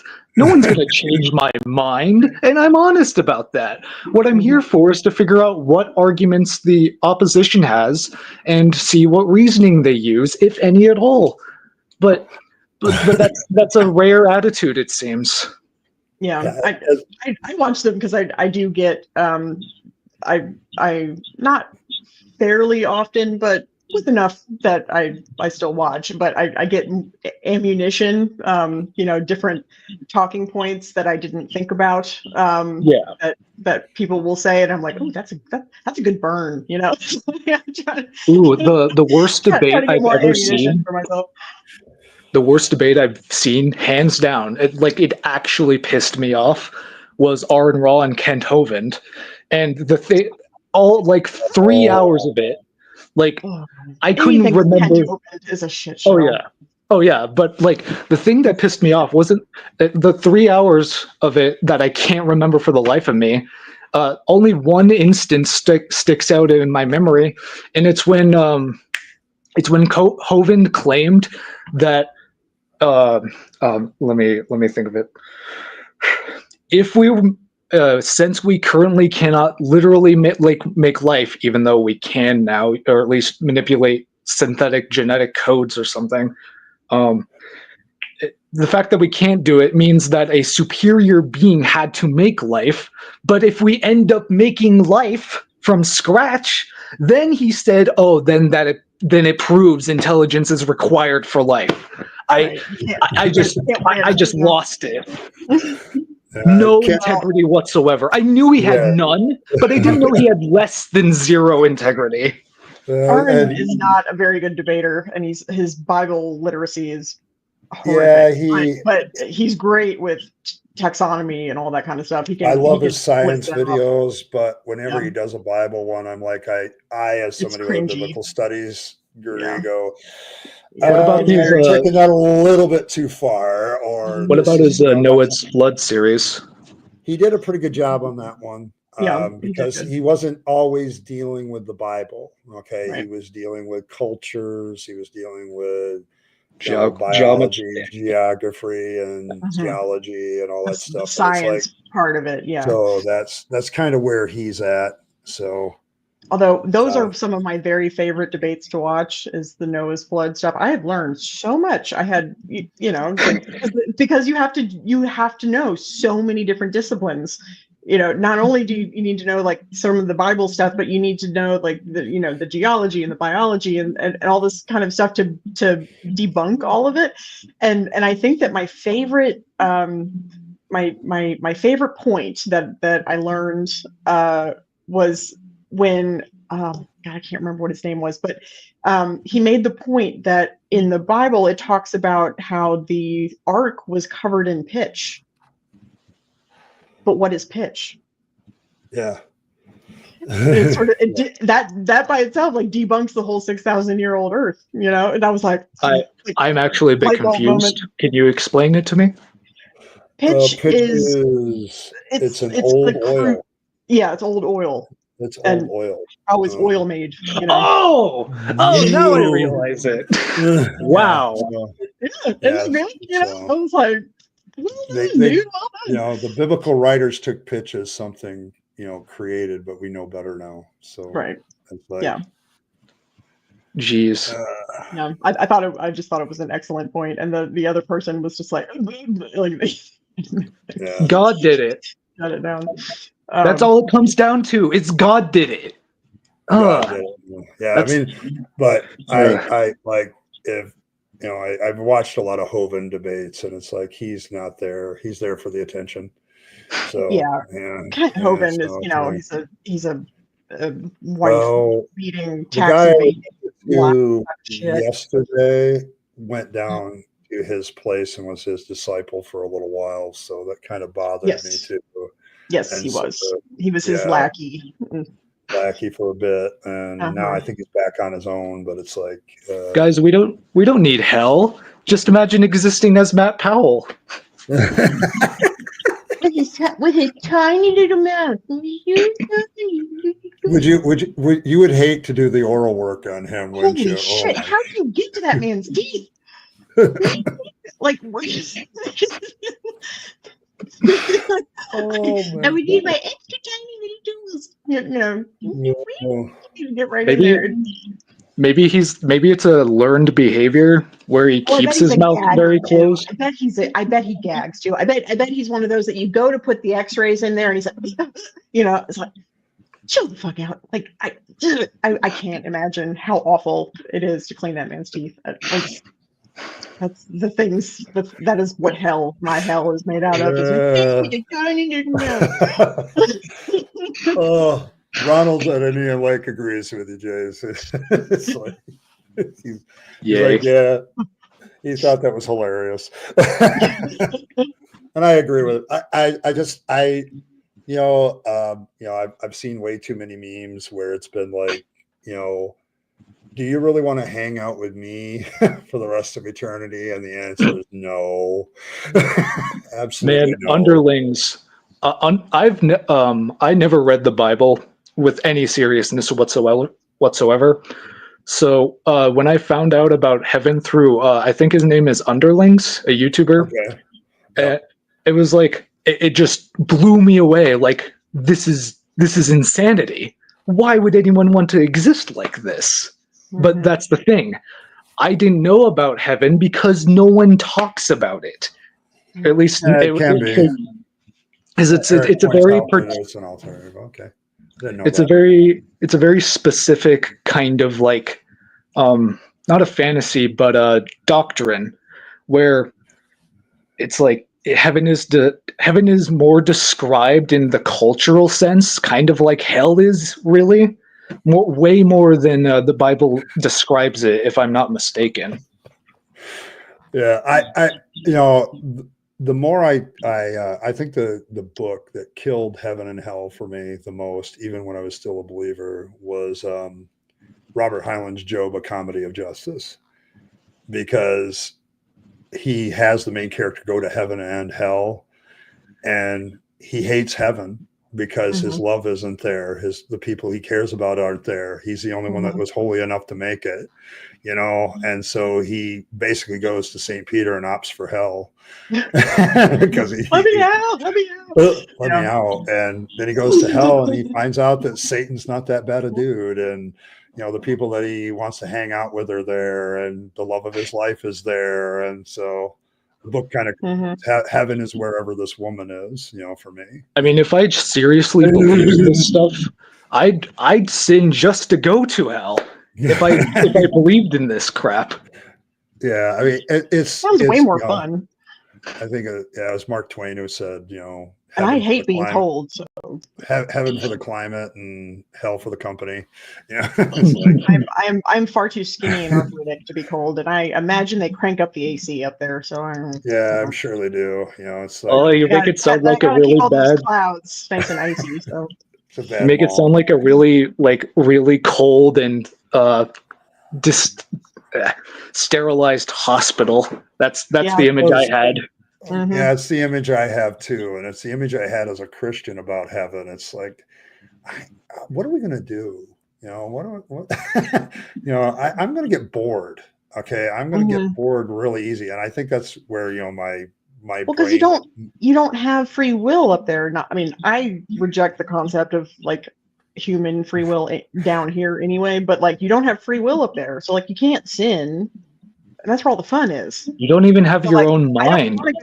I don't want to go up there and kiss God's ass all day. That's literally what it says in the Bible. I'm supposed to sit up there and sing his praises, and fuck that. The only solace you could possibly have. The only solace you could possibly have is the recognition that you're basically just being lobotomized. You don't have your memories. You don't have any mind to speak of. You actually hate. I don't remember if it was Thomas Aquinas, but I think he postulated that you would be actually mocking people who from heaven towards hell. There's just nothing actually good about heaven. As a kid, I thought heaven was this. I thought it was a pleasure dimension, basically. I thought I would have my own freaking harem like I'm a Muslim. Yeah, exactly. That's Islamic heaven. Christian heaven is Sandals kind of puts up that torment comes from outside the Bible. It's a Dante's Inferno thing. Yeah, it kind of is, except for one story that Jesus tells. And when you have Lazarus and the rich man, that's kind of, you're in hell, you can't get out. That's little Jesus, meek and mild. I guess I'm curious, Ed, what is your position on annihilationism? Well, the last moments of me being a theist, I was of the belief that hell was a temporary place, and that after hell, if you still didn't repent, you would get annihilated. That was my last theological view on the subject. I could see it. Where God would. Yeah, it's just that the Bible's so confusing about the subject. It's like you get verses of scripture in hell, with hell being this end, there's nothing left. You just get burned up and you're over. And then there's others like Jesus' story of Lazarus and the rich man, where, oh, wait a minute, Jesus kind of indicates this is forever. And it's torment forever. It's not like an end. And it doesn't say it's a parable. It's a story, that he tells. And if he's God, he would have been in a position to have that be a real story. So it's so you end up having to play games with the text in order to figure it out, because there's no good, clear statement on hell. I was in Destiny's chat. Was it last night or the night before? And one of the chatters was talking about how the stuff that Jesus says is in red in the Bible, and I was like, honey, that's not all Bibles. And so we were quoting some stuff, and she was like, but Jesus, my Jesus didn't say that, because it wasn't red. Oh my gosh! Oh geez! A child, you need color coded, blowing Christian's mind. telling them that basically the verse references were put in by some dude later, or telling them that the titles of the books weren't there originally. Like the original manuscripts don't have written by X at the top. It's Right. like it doesn't have that. It's just like a letter of Paul is just a letter of Paul. It doesn't say First Corinthians at the top of it. He didn't know he was going to write a Second Corinthians, so why would he have done that? It's like they, and you tell them the verse references. I can't remember the story, but there's one story that this guy was having trouble debating, and so that's why he put the verse references in, so he could have a quick way of referencing where he was talking about from the Bible, and that's why he did it. And then the red letter thing, I think it's almost a modern invention. It is, because of printing. It's like it's not very old. It's like maybe 150 years old that people have been putting Jesus's words in red. So, and not all Bibles do it. So not all do it. I am wondering why red specifically. Probably it probably actually was a practical ink concern. Like that makes sense. Black is a very easy color to make, and it's also cheap. And my guess is red is probably pretty damn close to that, because there's a lot of things in nature that are red. Blue is not cheap. Purple is definitely not cheap. Yeah, basically red is probably the cheapest color I can think of, given that's the why limited knowledge I have. Were relegated to the royalty. Yes, because they were red. And so I can see it just being a practical concern, but now it's like, oh, it's the blood of Jesus and everything else that they want to throw out there. Shit. Because I've heard people say that, oh, that's red because it's Jesus and it represents his blood and all that crap. Oh yeah, this isn't a blood death cult at all. Right, her obsession with blood is like being washed in the blood. I'm like, oh man, I remember Seth Andrews. Seth Andrews did a Easter thing talking about it, how barbaric and insane it is, and there was this church that had a blood fountain coming out of a cross. It was absurd. Oh yeah. What was that? Bathory? Bathory was the serial killer from way back when that used to bathe in virgin blood. Yeah. That's all I can think. Like forget the metalheads, forget the horror freaks. These people are obsessed with blood and death. Yeah, it's been a real interesting look when you get outside, because I remember doing so many communion services, and it's like, you got to have people drink the blood of Jesus. It's symbolic and metaphorical, but even the symbolism in the metaphor is kind of icky. If you really think about it. I had a nosebleed this morning, right? And like just tasting that, like why would you want to do that? Imagine being Catholic. Right? Because they actually believe that the moment the little bell rings, it is now literally the blood and body of Christ. Yeah. And I, as a Protestant, I'm like, that's weird. But then I thought about more, even if it's just a symbol, it's still pretty weird. Yeah. It's the Eucharist. Is that what that's called? Yeah, the Eucharist becomes the body of Christ. Transubstantiation, I think, is what it's literally called. The ritual is the Eucharist. I would love to go and do that and have them, do the little cracker and go, shit, I'm stuffed. And then walk off. Thanks for the free meal. So cool. Snack. Oh man. Just to be a smartass. By people understand. Okay. Yeah, probably. But yeah, it's I don't know. That's one of the biggest things I don't miss is doing the communion thing. I used to do that once a month, and it was always weird. I went to a Presbyterian church, and I know we did it. There were certain parts of the year that we did it. We didn't do it very often. Yeah, but my last church had developed a tradition of, like, I used a real unleavened, like, flatbread, and I had my cup, and the people would come up, break a piece off the bread, dip it in the cup, and walk away and eat it. And that was that communion tradition. There's like all kinds of different ones that people do, but it all comes back to body and blood of Jesus. All of it. Do you know that they have teeny weeny little like individual size cups Well, with little grape juice in there that everybody has like a little sterile, clean little. my wife's coming back, so I'm gonna head off, guys. All right, see you, Jace. I appreciated you today. Yeah, Thank you very same. much. It was cool. But yeah, I am very well aware of that, because when I went to a mega church, that's the way they had to do it.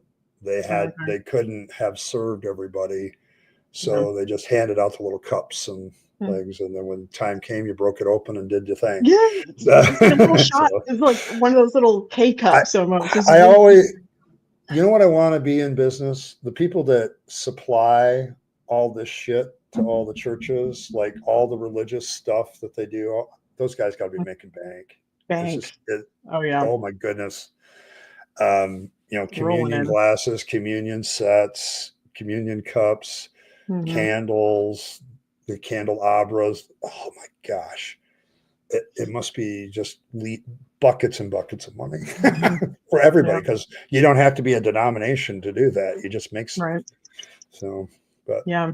And it's all online. So, just like, is there a holy Amazon? I used to order out of a catalog. I had to order all my stuff. And I'm like thinking to myself, man, these guys do a lot of stuff. Like they do podiums and lecterns and baptismals for infants. I've never thought of. Yeah, and like you're like serving every church there is. It's business. So.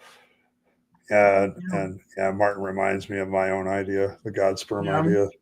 You see, I'm just saying, I'm just saying, you could do like an empty vial. Like you don't actually have to put anything in it. Oh, like those grifters that do the holy water, and they sell it in like little containers or little baggies. I've seen them in little baggies. Yeah. But you could do this. I'm just saying, there's money there. I'm just saying. So I'm just saying. I'm good at marketing. We can, we can come up with something. I'll design a logo. Yeah, I can design a logo. Speaking of logo design, thank you once again. I want to thank you a little bit more live for all the stuff you've done. You've been fantastic. You're very welcome. I was just excited to have an art project.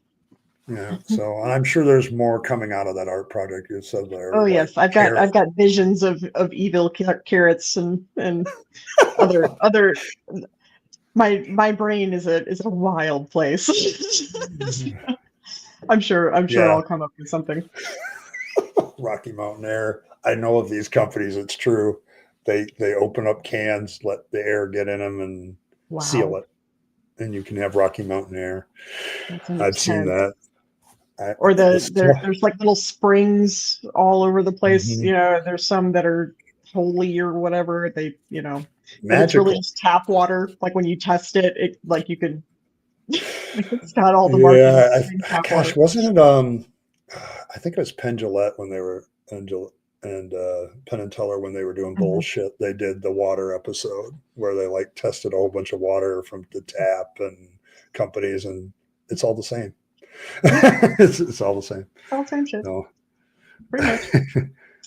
Yeah, the grift is strong. Market a product toward organic Christian gardeners. Oh, this is why I have you around, Elder God. Oh my gosh, your viewpoints on things just make me laugh, but they're also so very clever. It's ridiculous. It's just ridiculous, some of the stuff that I deal with on a regular basis. Oh, that one guy. Oh, I don't know. When you come out and spout every prophetic nonsense thing that is in existence, I wonder, I feel sorry for these people now. So it's like, I don't know what to do with them. The guy in chat with the prophecies. Yeah. It's like, dude, I've heard all these before. Right. Do you realize that was written like 200 years after the fact? Like they don't know. They don't get it. And it's like, it's the post hoc argument that they don't seem to get. It's like, if you write somebody fulfilled a prophecy after the fact, you can kind of be guilty of rationalizing that and making it work. They just Mhm. don't get that aspect of it. And that's why they get frustrated with me when they get on with the prophecy thing. And it's like, nope, doesn't Yeah. convince me. So. Indeed. Ugh. New landscaping idea. Oh my God. Holy moisture. 80. Oh my goodness. Oh, this one?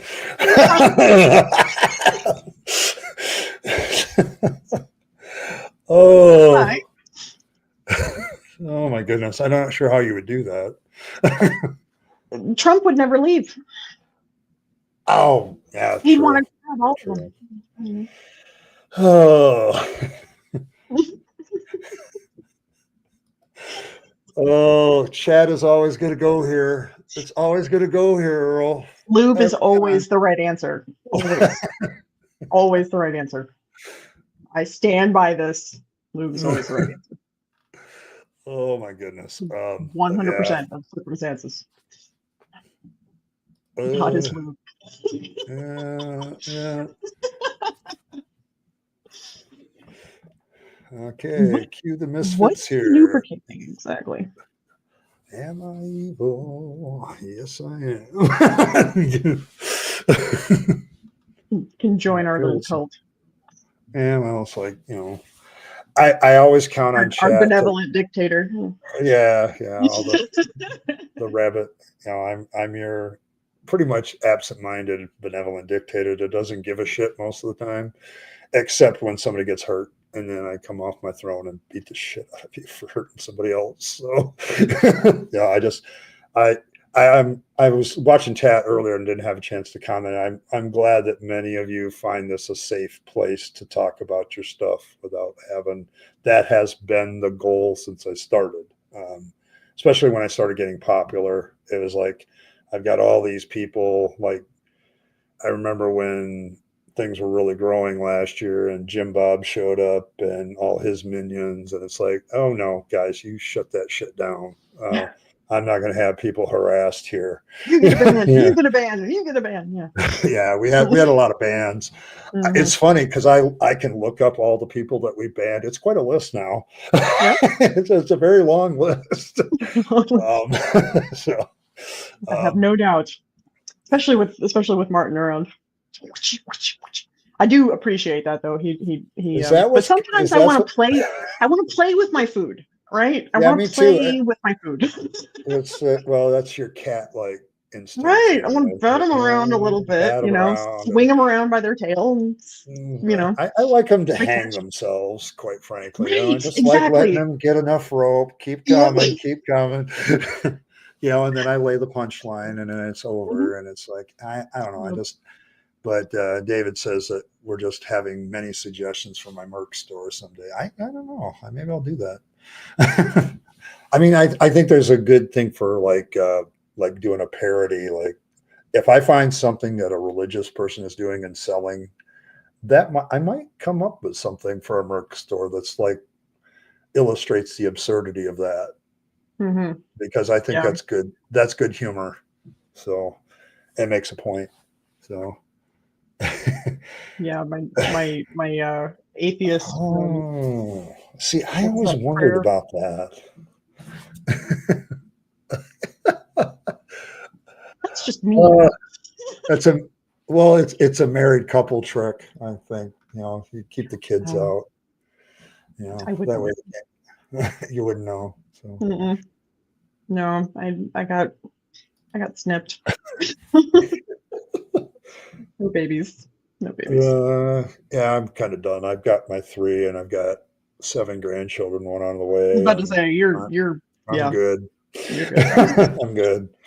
So, but yeah. I'm not maternal. And I'm protective. I'm very protective. If somebody gets in my orbit Yeah. and somebody starts fucking with them, I'm right there. But in terms of children, nothing makes me like starts to make my eye twitch faster than a child screaming. Like I just it's just, I just can't Oh, handle it. I get it. I've always thought, boy, she would really have had a hard time in some sort of fundamentalist denomination, because the whole thing with fundamentalism is you ladies are here for one purpose. Yeah, we're broodmares. Yeah, Yeah, just birth have them more babies. babies. And it's Mhm. like, what if you get a woman that just doesn't feel she would be a good mother, and she probably has a pretty accurate assessment of that, should she Mhm. have babies? And the answer is Right. probably no.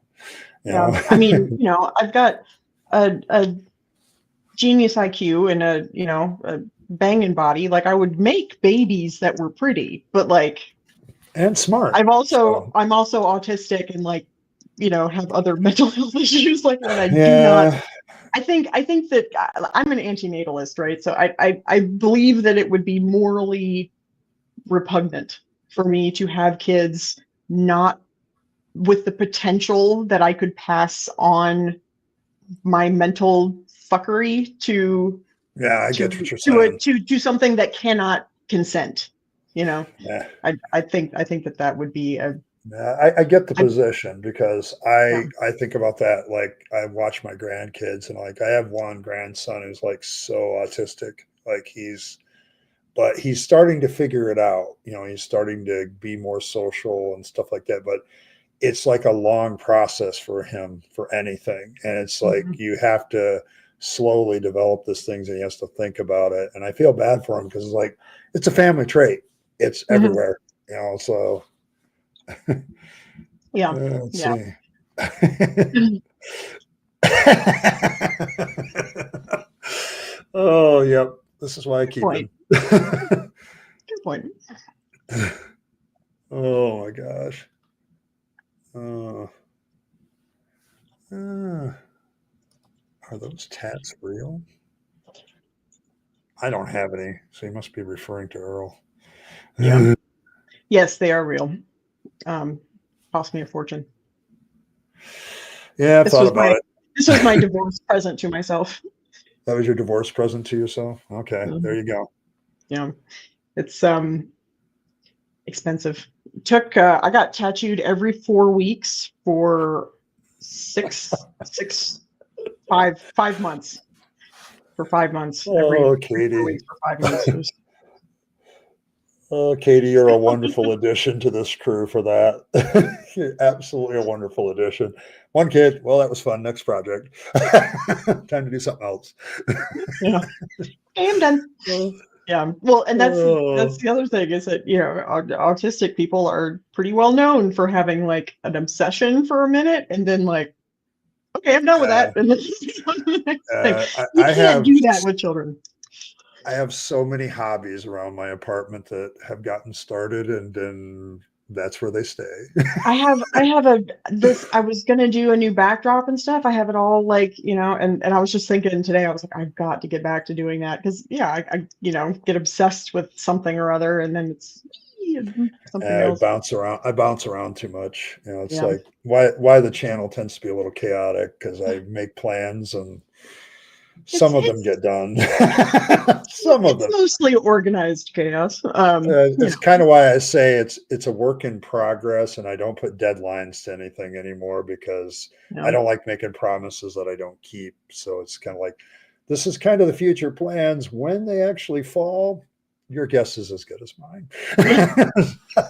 So, because it's like, I just have to be real with people. It's like, and then thankfully, since the autism diagnosis and the hypersensitivity, I've been dealing a lot better with that. So I haven't had as many depressive episodes, but I still get anxious as hell whenever it's bright out or stuff like that. It's like, Hmm. I'm immediately, what's going on? Yeah, yeah. When you guys went right before I came on, you guys were talking about needing things to be scheduled and stuff, and to me that scares the shit out of me. I am complete opposite when it comes to that. I need spontaneity because I can't think Interesting. because otherwise I'll overthink it. And if I have stuff that is planned too far, like social things that are planned too far out, I will get freaked out and talk myself out of the whole situation, cancel, and just like hide.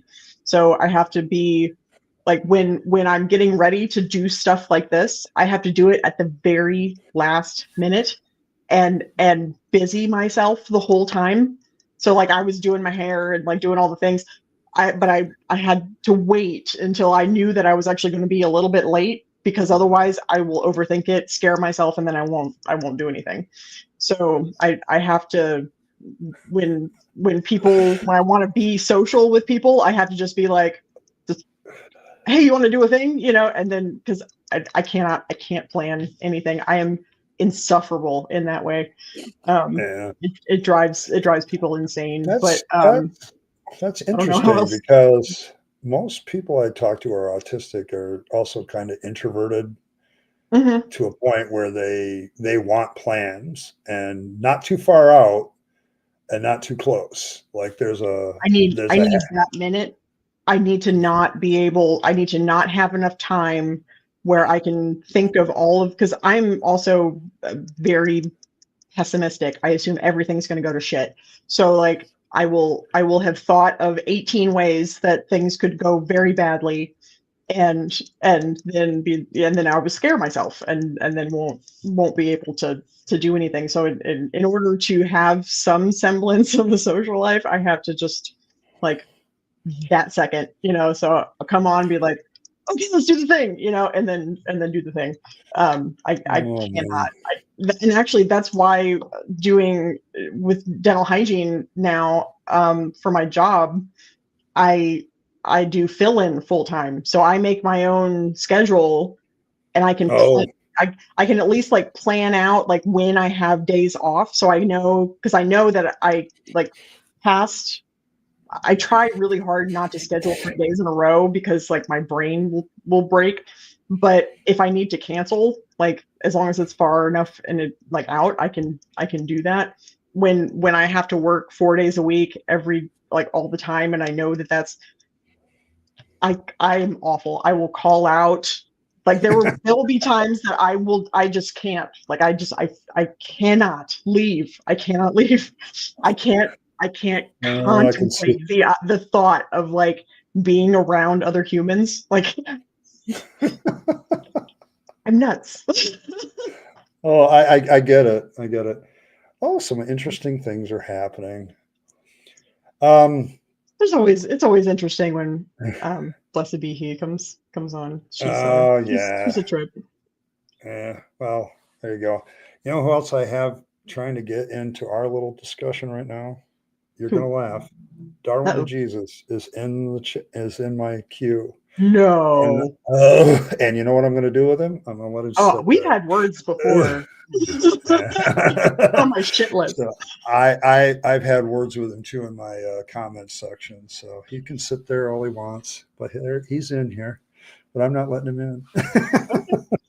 I mean, uh, this is your show. I want this to be more I will celebratory. rise to the occasion, but But I'm like, I do not, not tonight. I'm just not. I'm not fair enough. there. Fair enough. But it's like I haven't dealt with him in a while. It's been, gosh, 6 months since I've even seen hide nor hair of him, I think.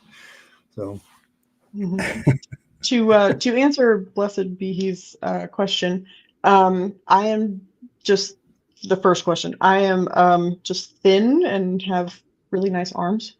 Um, I also use my I use my muscles, those muscles particularly, a lot, because I'm a dental hygienist and it actually takes a lot of work to do that. I've also never been fat, so my skin is where it is supposed to be. Um, if you don't gain and lose a lot of weight, your skin stays taut.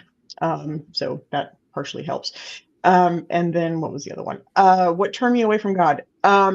No, it was not my past relationships with men. It was actually a relationship with my best friend, who was a girl, um, back in the 6th grade, I believe. I think I was 12-ish.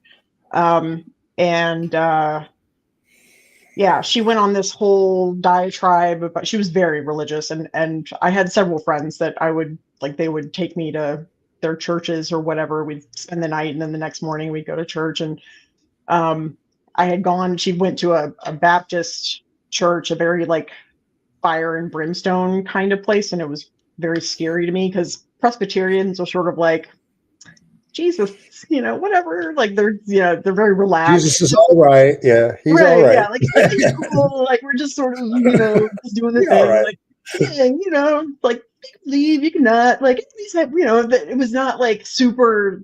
They weren't like back then. At least they weren't like super pro like all the things, but it was still kind of conservative. Like I wore, like dressy stuff to go to church and that kind of stuff. It wasn't, but like we didn't have a band or any of that kind of crap.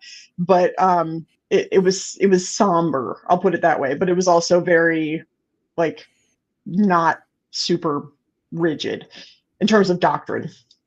So going into her place where they've got like this fire and brimstone shit, and they've got a band there, and then I go to their youth group thingy, and they've all got those Bibles that are like for teenagers that kind of like say the scripture and then say what it's supposed to mean. And I was like, aren't you supposed to be sort of like interpreting that like yourself? Like you're letting somebody else tell you what this means. It felt weird. Also, so me and my best friend were 12, and there was this guy who was 19 who my friend had this crush on, and I thought was like, my little bells were ringing and stuff. Like, oh, naughty, naughty, naughty. And so I spent the night at her place, and we were walking back from little surf shop that we used to go to and go shopping for a second.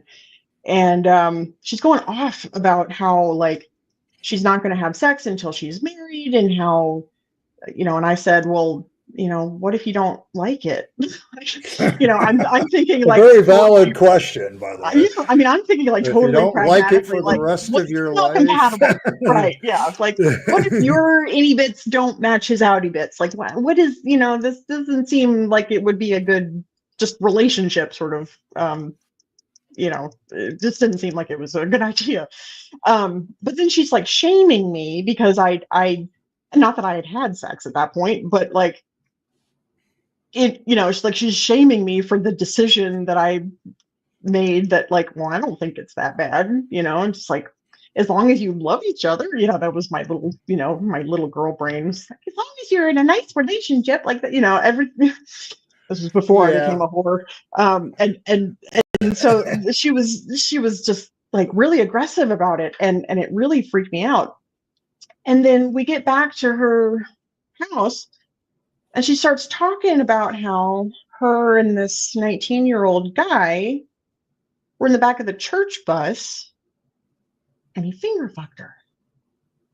And I was like, come again? And had a moment of like, what in the actual fuck? I mean, I actually, and I had never done this before, but I called my mom and I was like, you have to come pick me up right now.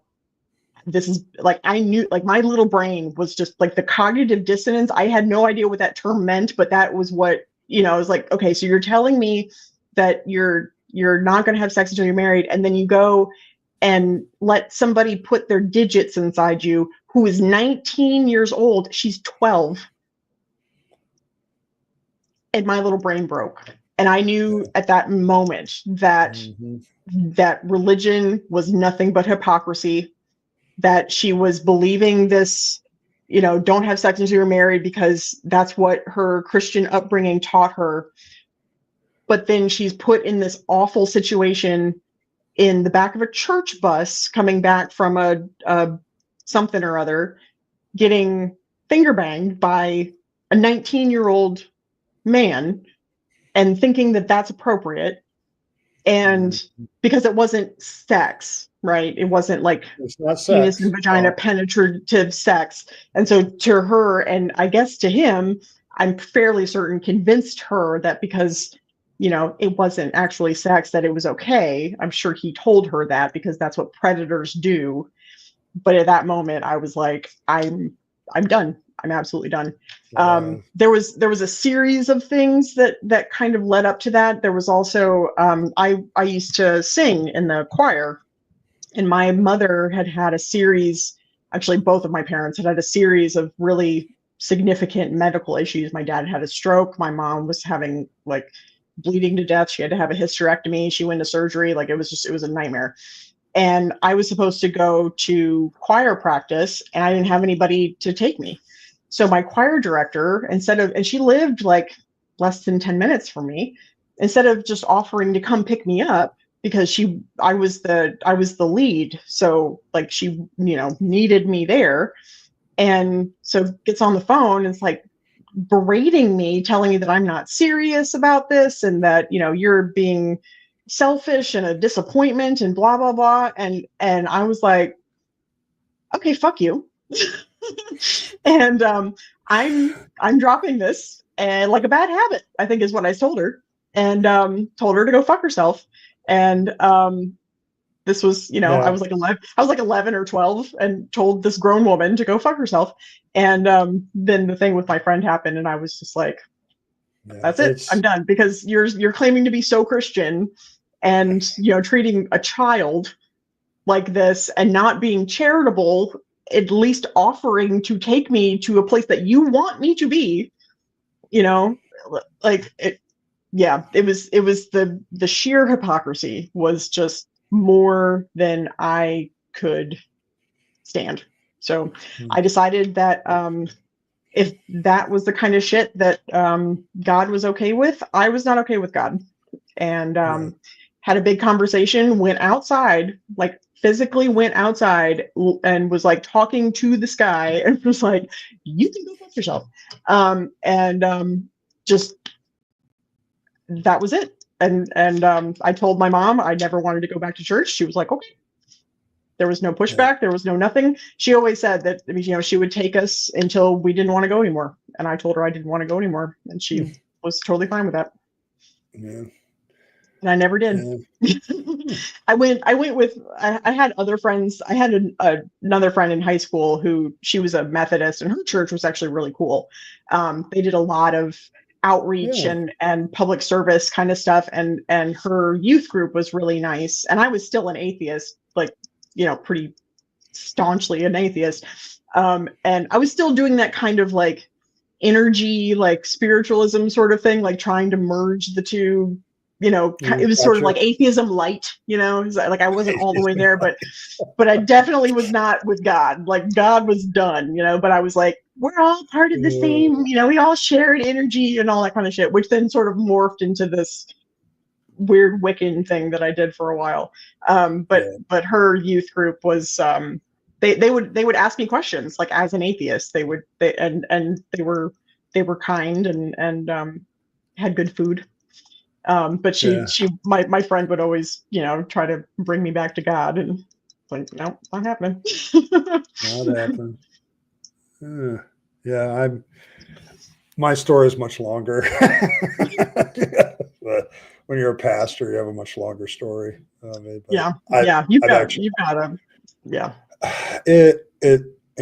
ask me, the emotional stuff that got me in faith. Oh no, that kept me in the faith for a long, long time. Mm-hmm. My dad was a fantastic father and just a really loving guy. And, it kind of pissed me off that God killed him at the age of 50, kind of thing. But I wanted to see him again. Mm-hmm. That's the emotional side of staying in faith, we were talking about heaven and hell. That's probably the draw. There's two draws about heaven. You're going to live for a lot longer, and you're going to see people that have died. And that is something that's really hard to get rid of. But once I got rid of that, it's like the intellectual side of the Bible is just kind of bullshit. It's like, I know too much. I tell people I know too much to be a Christian anymore. So. Right. Yeah. I became very actively and loudly atheist after learning a little more about, some things that were in the Bible. I didn't have very much Bible literacy until just a couple of years ago.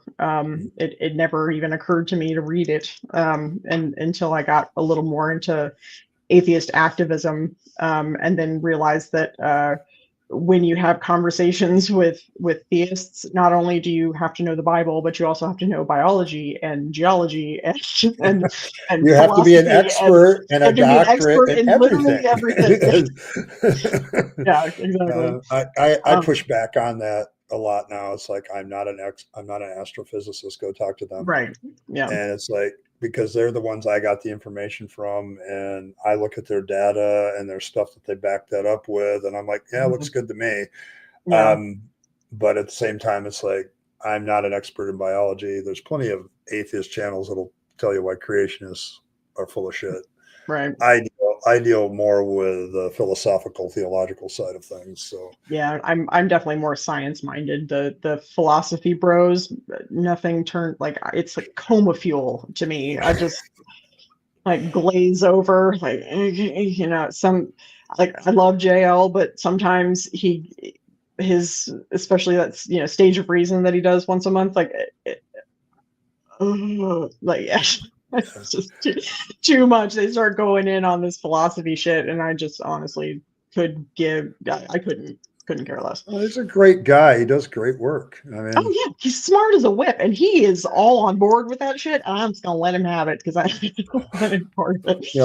and we have some great jokes with that too. Saving the whales, giving them citizenship. Giving whales, yes, all make sure That's all whales that's citizenship. That's going to live in my mind forever. That's going to be there Rent-free. forever. God. Poor Maud. Poor missing Maud. Oh my gosh. She was so she took it like a champ too. He was so ready to battle her, and she was just like not even letting him have it. It was just bouncing right off of her. I was so proud. She did great. Yes, goodness. blessed be he. I did in the Presbyterian church. You have to choose to be baptized. I wasn't baptized as like a baby. I was baptized where I made the choice to be baptized. So yes, I did. I did actually do that. And do I think women have an important role in society? Absolutely. Sure. Yeah, because we wouldn't have a society without women. Yeah, it's kind of half of society, really. Right, really, and we sort of like make life. So like. Yeah. And you don't have to be a woman that actually makes life to be a mother in many respects. Yeah, so. You can help raise, help make a society worth living in, and let the next generation, give them the tools to make that a better world. Although that is becoming harder and harder to do. And I'm exhausted. I don't know. Exhausted.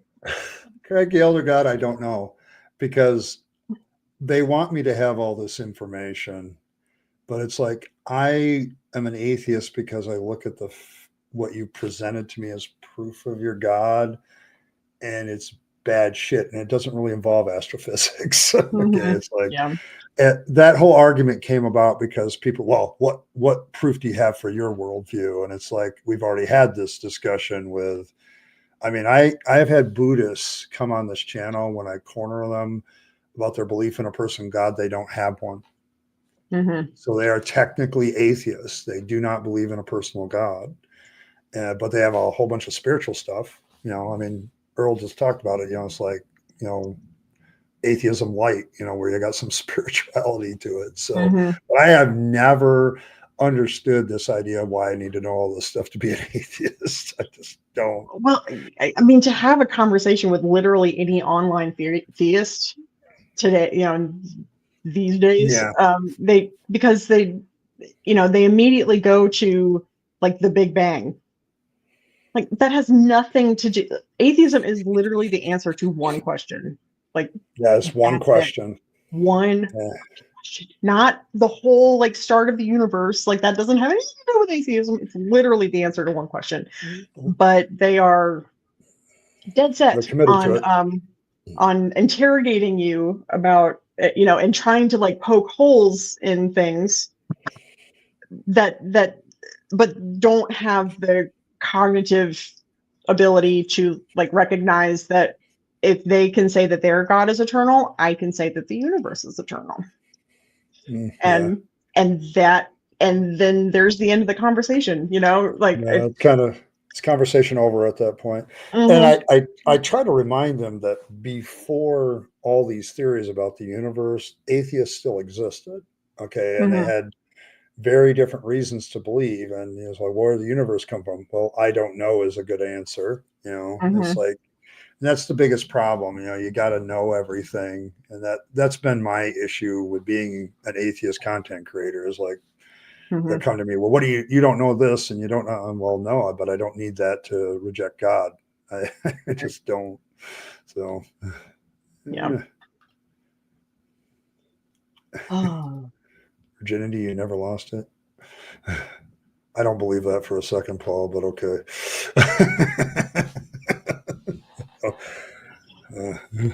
I find the concept of a virginity to be kind of gross, but I don't know how else to talk about it. Somebody who hasn't had sex before, but sex is so what a wild open topic that is. So what constitutes that? I don't know. Yeah, I mean, because Mm. there's definitely something that happens to you mentally that, especially Oh, for a sure. woman, that I mean, because you literally lose something. So there's, you know, there's a like you break something. So you know, like there's something in your mind that does fundamentally change as a woman when that happens. I don't know. Like, I'm not a man, so I don't know if a man feels the same way, but I um, don't think we quite feel the same way. That's probably why men are always hunting for the next. So that was it's kind not of an my assumption, but I didn't want I to speak I for you know myself. the hardest thing I ever had to do from a practical point of view in Christianity was, you know, the line in the wedding vows that say cling only to her. Like, yeah, that didn't happen a lot in my brain. I'll just say it. Yeah, it's like it's the complete exclusivity of that of the wedding vows that just Mhm, I don't know of anybody who can keep those vows. I don't know how you would do that, especially mhm. if you use Jesus' standard of, you know, infidelity. It's like, oh yeah, I'm done after 2 days. Yeah. So it's like yeah, so it's like, yeah, I'm sorry, you know, I don't know. I've always made the joke because I'm a heterosexual male, and I've always said, you know, if I don't notice a good looking woman walking by, somebody needs to call the Hearst. Okay, because I think there's just something biological there that it's like it's an instant checkout assessment. Everybody Right. does it. And so We're, it's you know, like, we're yeah, animals. Like, yeah. So yeah, we're we animals. And have so needs. we have needs, yes. And You so know. that's kind of where it lost it for me. And like I don't know, I've wanted to do a video about the wedding vows and how they're literally impossible to keep. Like Mhm. there's no way that either side is going to keep them. And of course, you know, it's like I the woman side of it is always interesting because there's a slight variation in the traditional vows about obedience. And Um, whereas, yeah. and I'm like, yeah, Isn't there always? I think my wife broke that after day 3. So it's like, yeah, it's just not No, going to I don't think I happen. will. You want me to what? Yeah. Yeah, you want me to what? I had one woman actually tell me to take that out. Like it's, and I did. I crossed it off. She's not going to say it, so Oh yeah. There was I want. nothing in my vows about. I had a very an aggressively secular wedding. I when I went to get my marriage license, they wanted me to, because in North Carolina you have to do like there's a thing you have to attest to that you are, you know, over the legal age and blah blah blah. They wanted me to do it on a Bible, and I said absolutely fucking not. And my ex-husband was like, he was proud of me. Actually, it was the one time that he actually told me that. I was like, Yeah, um, well, I've often asked myself, what would I do if I ever called for, you know, something where I had to swear on something? Because I've held public office twice, and mhm, so both school boards, and I had to swear the oath. And luckily, that oath doesn't have, you know, so help me God, or actually, mhm. probably I was a pastor at the time, so I didn't have as much problem with it. What would I do I've now? I say, often. Oh, go ahead. what would I swear on? It's like you either take my word or you don't. It's like, Well, like in court, you can swear on the Constitution. yeah, and I think that's probably Um, what I would do. yeah, So, I would have to, but I've often wondered this because of that, like there are people, because there's lots of people who are against atheists, who are prejudiced against atheists, think that we're not trustworthy. In North Carolina, you're not allowed to hold public office if you are publicly an atheist. That's still written in our laws. yeah. Nobody follows them, obviously, but like that's still something that has not been struck Yeah, down. there's still a few states that have it, and it's like, Right. So there's a stigma, and so I've often wondered, like I had a stalker once, so I had to go into court and do that kind of stuff. I've had other things like when I got divorced and all that kind of shit, but like I've often wondered, there was no point that I had to like testify or anything like that, and I've often wondered how I would be perceived, like how like if I had to go in and give testimony, like how my testimony would be perceived if I mhm. didn't swear on a Bible, like Yeah, that's kind of what how I the wonder thing. too, because I would Oh, be swearing like on something else besides the Bible, and people would start asking questions about that, and that's mhm, kind of sad. But yeah, it's like I don't know how that works. mhm. Um, yeah. So what? Okay. I, She's always spicy. She's always but spicy. listen, first of all, not every atheist believes that. Correct. I had this discussion the other day where one of my commenters pointed out that they understand laws more as probabilistic, and that's the way scientists tend to see them. So that that naturalism leads to hard determinism is still a questionable thing. So, and Yeah, then and I'm not we a people on the determinist. secular side, we're not the only ones with that problem. You guys have Calvinists, so who think God Yeah. controls everything. So Mm. it's not exclusively it's a Calvinists give human me the problem. heebie-jeebies. Uh, Mm-mm. yeah, because their doctrines lead to a lot of things. I personally Mhm, think that the whole manifest destiny thing, that is mhm. absolutely a Calvinistic idea. It's So abhorrent. Yeah, it's kind of uh, gross. Um, even mm, wait, what did she just say? What the I, uncreated is? I don't know. She's not I think, being. I mean, I already answered this. Like, if you can say that your creator is eternal, I can say that the universe is eternal, because that makes as much sense, because it doesn't break what is that, first law of thermodynamics? First, second, I Yeah, forget which one. first, second, something like Um, that. yeah, it doesn't break that. So logically, that makes sense. Energy is neither created nor destroyed. Therefore, matter and energy have always existed, and so is your creator. So, like, now what? Yeah. Well, plus you have to prove this is a creation. You're assuming, like this statement right I'm here. working in a paradigm. Yeah, you're assuming that there's a creator, so you're begging the question with this statement. You're like, it's a question begging fallacy right there. You're Yeah, assuming there's a creator, which is why I don't. The watchmaker argument doesn't work for me. it It's doesn't got a work. lot. It's got a lot of problems. Right. But you're assuming this is a creation, and you need to prove that. You have to prove Mhm. that it's created by something, and you haven't done that. Otherwise, I Right. can just say matter and energy have always existed. They just keep morphing into other things. Okay, they keep changing, and And that's and technically, God didn't say anything. no People that wrote a book said said that he something. said things. Yeah. Yeah. So that doesn't work either. Um, but How does that work? How does something uncreated? You say everything has a cause and a creation, but then how do you right, justify something not being created right, and not having a cause? right. On what basis do you say that? Okay, I And don't I buy can say the that. same thing about the universe. So, like, Yeah, now yeah. what? So now what? Yeah, yeah. Yeah. This seems I to like this discussion. the big bang, big crunch. I that they've got various I, I, hypotheses running around, but I that one oh, feels good. So, like, that's generally what I go with. I don't know. I'm not the problem. I'm not the one that has a perceived uncreated, but I don't want anything from God in me in any way, shape, or Right. form. Yeah. If I Okay. wanted that, and if I wanted any kind of godliness, religion, I'd fuck a priest.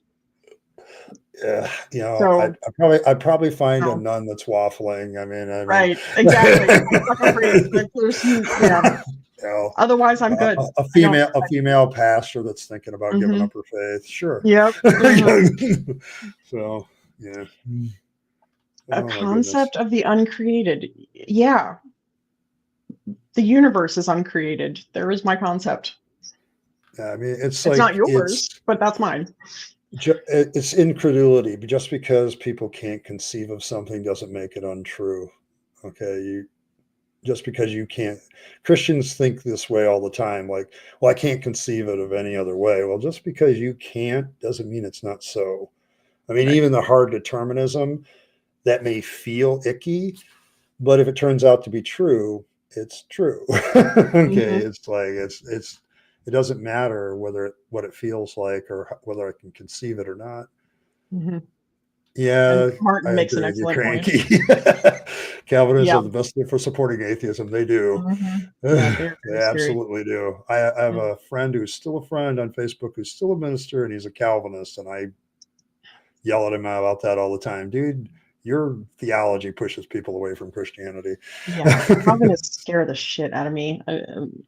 Calvinists and Pentecostals. That whole tongue talking, snake waggling Oh, shit. Like, you're reading my mail, girl, because that's where I uh-huh. used to dwell. I Oh my know. gosh! It's concerning. From the time I was I'm glad you're four, on this and side now. from the time I was four until, gosh, when did I leave the Assemblies of God? I was almost 40. I was 39. So for 35 years, I was in that environment.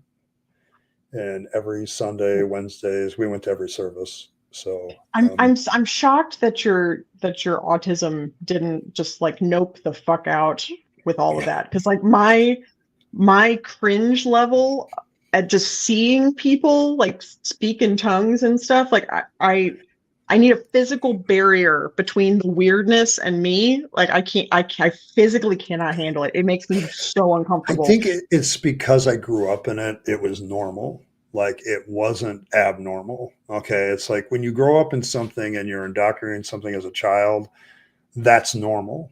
And so I don't think my autism rebelled against it because I just, oh, this is the Hmm. way it is kind of thing.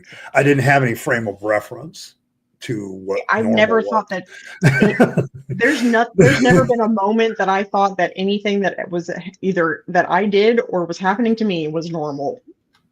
Like it was all just sort of like it was all just input. Like Yeah. it was all just input to me. It was just all information, and I it either made me feel like not uncomfortable or it made me feel like just sort of like, okay, this is sort of a homeostatic sort of thing, or it made me have panic attacks. Like there was really nothing, there's nothing in between. So, and I'm still that way. It's I either look, comfy and I can like deal with it, or it's very uncomfy and I physically cannot. yeah. And the thing about it when I was growing up, this is why I'm having so much trouble writing that particular part of my book. Mhm. Because I'm looking back at my childhood and that's always fuzzy to begin with. So it's like I look back at it and it's like, yeah, but Pentecostals were weirdos and I was a weirdo. And so I think I kind of felt like I belonged. Like they accepted me, they loved on me, they, love bombed Mhm. the shit out of me. Um, and so I didn't have a frame of reference of anything else outside of that until I became a teenager. And then I started exploring, well, what youth group do you go and what youth group do you go to? And you start looking at, I oh, started these people seeing different people groups. believe differently, and then, oh, they think I'm satanic, and they also think that I'm a weirdo, and Mhm. I'm in theological error, I'm a heretic. It's like the list went on and on back then of what people Yeah. thought about Pentecostals. So you're I've not always been on the outskirts of every group. yeah. I've never been like Mm-hmm. Like, Oh, I get you. I've had best friends, you know, and we were sort of a little duo, but even then it was like we were together. They had other friends that were in my general group, but I've never felt like I was really a part of it. There was always somebody that like was like kind of weary of, that I either didn't trust or they didn't treat me very well or something. So I've never felt like I fit in anywhere. But yeah, I don't know. I look back at it and it's hard for me to talk about and think about because I just looked at everything so positively because it was the one I go to school and I'm the kid in the back of the classroom, you know, not really fitting in. I had maybe one or two good friends and I wasn't in every class with them. I always was the outsider that was quiet. Like I never felt like I had the right to speak. So Right. Yeah. it's like I just don't understand all this, so I just don't talk. And it Yeah. gets really so. But when I started listening to everything, you know, I mean, it's how I learned so much about women at a young age because I would literally sit and all these girls would be right around me and they would talk like I wasn't there. You were just invisible, could just absorb Yeah, it. I was the invisible kid, you know. I mean, I Mhm. went to a class reunion, my 10-year class reunion, and I have a class of 136, and this girl couldn't remember me. You know, Wow. it's like, ugh, you know, it's like, and she was one of the popular girls, which I never hung out with anyway, but she did not remember me at all. And I'm I like, was the forgotten "Hmm, student. Like everybody, people knew who I was. You know, I dabbled in various groups. I was always on the outside of it, but I was so aggressive about like trying so hard to fit in, and I masked like a motherfucker. Like I didn't realize how hard I mask and actually how kind of effective I am at it. I've always thought that I was bad at it until I got in a group of other atheists who don't or do it very, very badly, and I was like, oh shit, like you were the group of people that I would avoid like the plague because you were like instant social like yep, death. You know, you were just those people were social death. Like if you went anywhere near them, you were done. Like you were a loser. You were, you know, you were a weird kid. And I tried so hard. I was so aggressive about trying to be normal until about probably my junior and senior year, and then I gave no fucks. I gave yeah, zero fucks, and I was the ice princess, and I just, you yeah. know, didn't care. I know I had to do that most of my ministry because you're not allowed to feel as a Hmm. minister. You have to deal with everybody else's, and this is why I go to therapy. Right. Okay, because I saw I was never allowed to be vulnerable, and it's like I yeah that just yeah, exactly. reinforces the whole masking thing. So Yeah, I saw, it was maybe a year or two after I left high school, maybe 2 years after I left high school, and my mother wouldn't, you know, I've always wanted piercings and tattoos and stuff. I've always felt that my body was an unfinished canvas and that it needed adornment. So when I went off to college, my mother would not. She wouldn't even let me have like second holes in my ears. She said it was slutty. I said, "What about having second holes in my ears says anything about how many men I've slept with?" Like, which was are you one, precisely what? one. Well, Um, you know, I think the mentality is more every earring is another dude. So it's Right. like I No, think that might be it. every time my life goes to shit, I put another hole in my body. Like that's just basically how it goes. Every time, every time. If Oh my life man. has gone to shit, I'm immediately calling my piercer and like, hey, let's do this.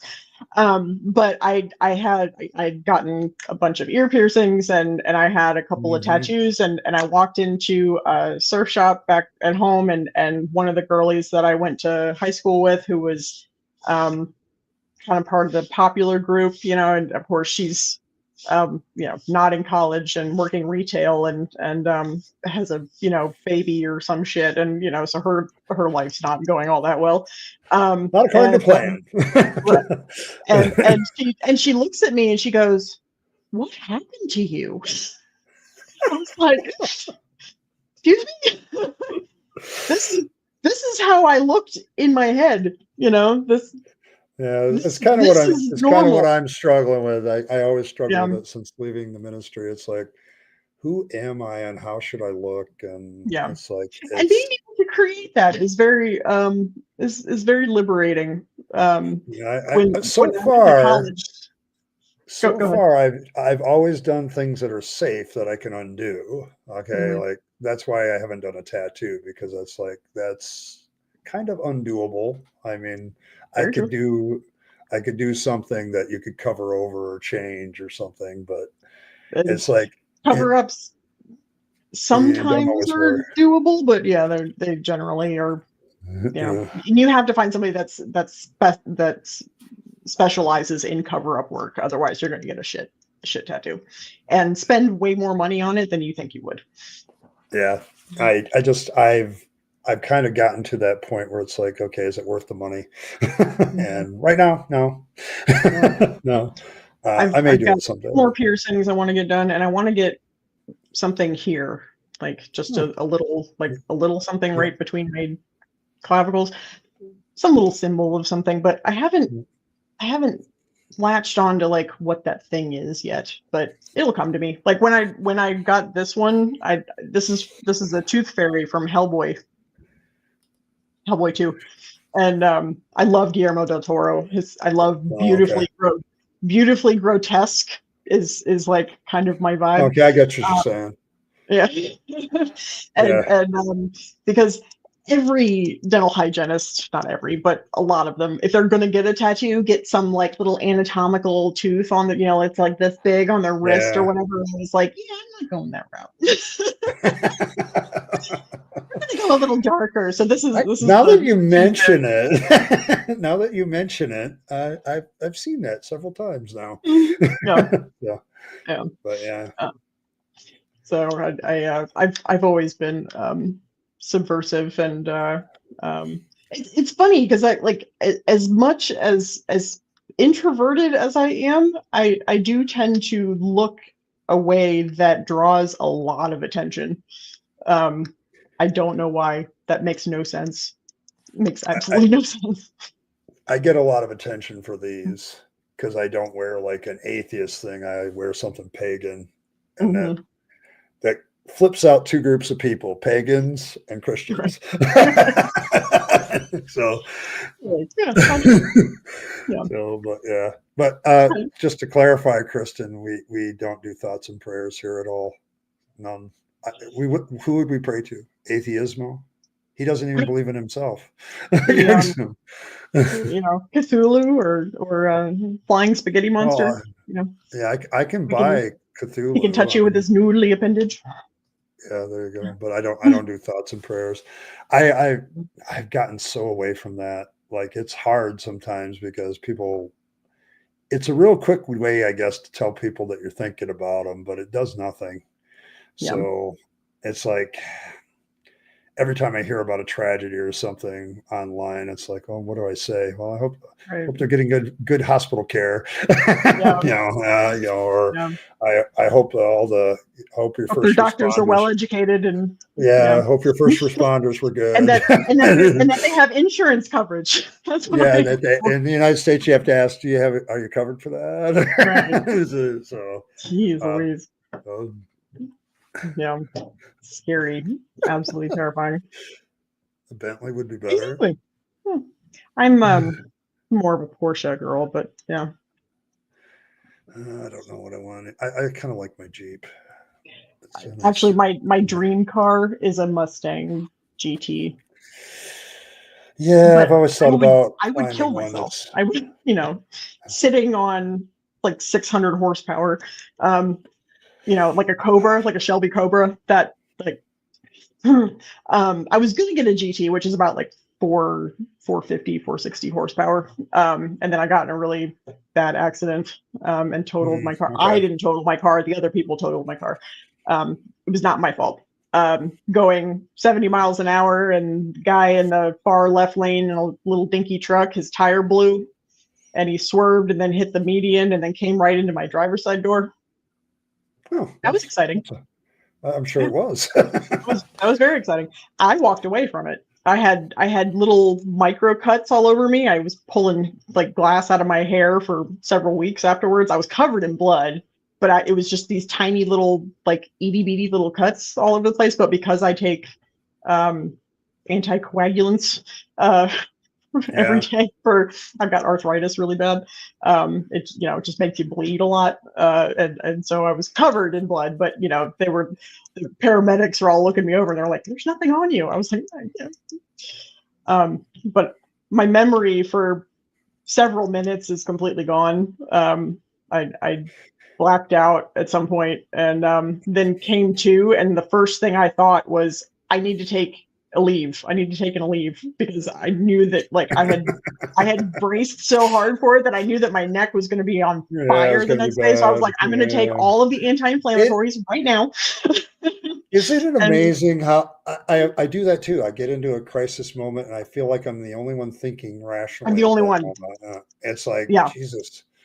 It's I've got a story on my blog about that. The death in dentistry. There was a woman that had a seizure. She ended up dying. But I was fresh out of school. I was a brand new baby hygienist, and all of these people around me, and the office manager had just been chastising me because I did I got the 2-year CPR certification. And they were like, well, we do it every year. Well, what the fuck did they do? But the doctor's sitting there going like this, and this woman is literally she's like, nobody's home. I'm holding her. I'm 120 pounds and a great big woman. Like, I'm holding her up. Like, nobody. The front office lady is screaming. Like, I'm like, so I just go into like mode of like, call 911. Doctor was like trying to get him to snap out of it. Like, you go flag down the ambulance and all this shit. Then the fucking idiot that was telling me that, chastising me, is trying to ask this woman if she wants some water. I said, do not put anything in her mouth. I'm so mad. Yeah, I'm great in a crisis. Like that. Yeah, it's great in a crisis. Weird like that for me because it's like in the middle of a crisis, I'm like, this is what needs to be done. And it's like the emotional part of my brain just shuts off. And it's like, the emotional part of my brain is so tiny. Yeah, me too. But there's just a couple of them that, sort of poke through every once in a while. Couple of brain cells that are wandering together every once in a while. All my friends, like, they don't come to me when they want to cry and want hugs. Crying people make me so uncomfortable. I don't know what to do with you. Don't cry in my presence. I honestly, all I know to do is like, do you want a hug? And even then, I don't like touching people. So I don't want to, but I will, because it's like, I need to do something, but that's the only thing I know how to do. So they come to me when they want shit done, when they're like, I have this problem and I need that needs fixing. And I go, I am the fixer. I will fix it and I will make it happen. But don't come to me with your emotional shit. I don't know what to do with it. I don't know how I did it all the years as a pastor, giving emotional support other than it was like, I held a lot of hands. I think the thing that affected me emotionally the most was always death, when somebody was dying, because it's like, it's hard.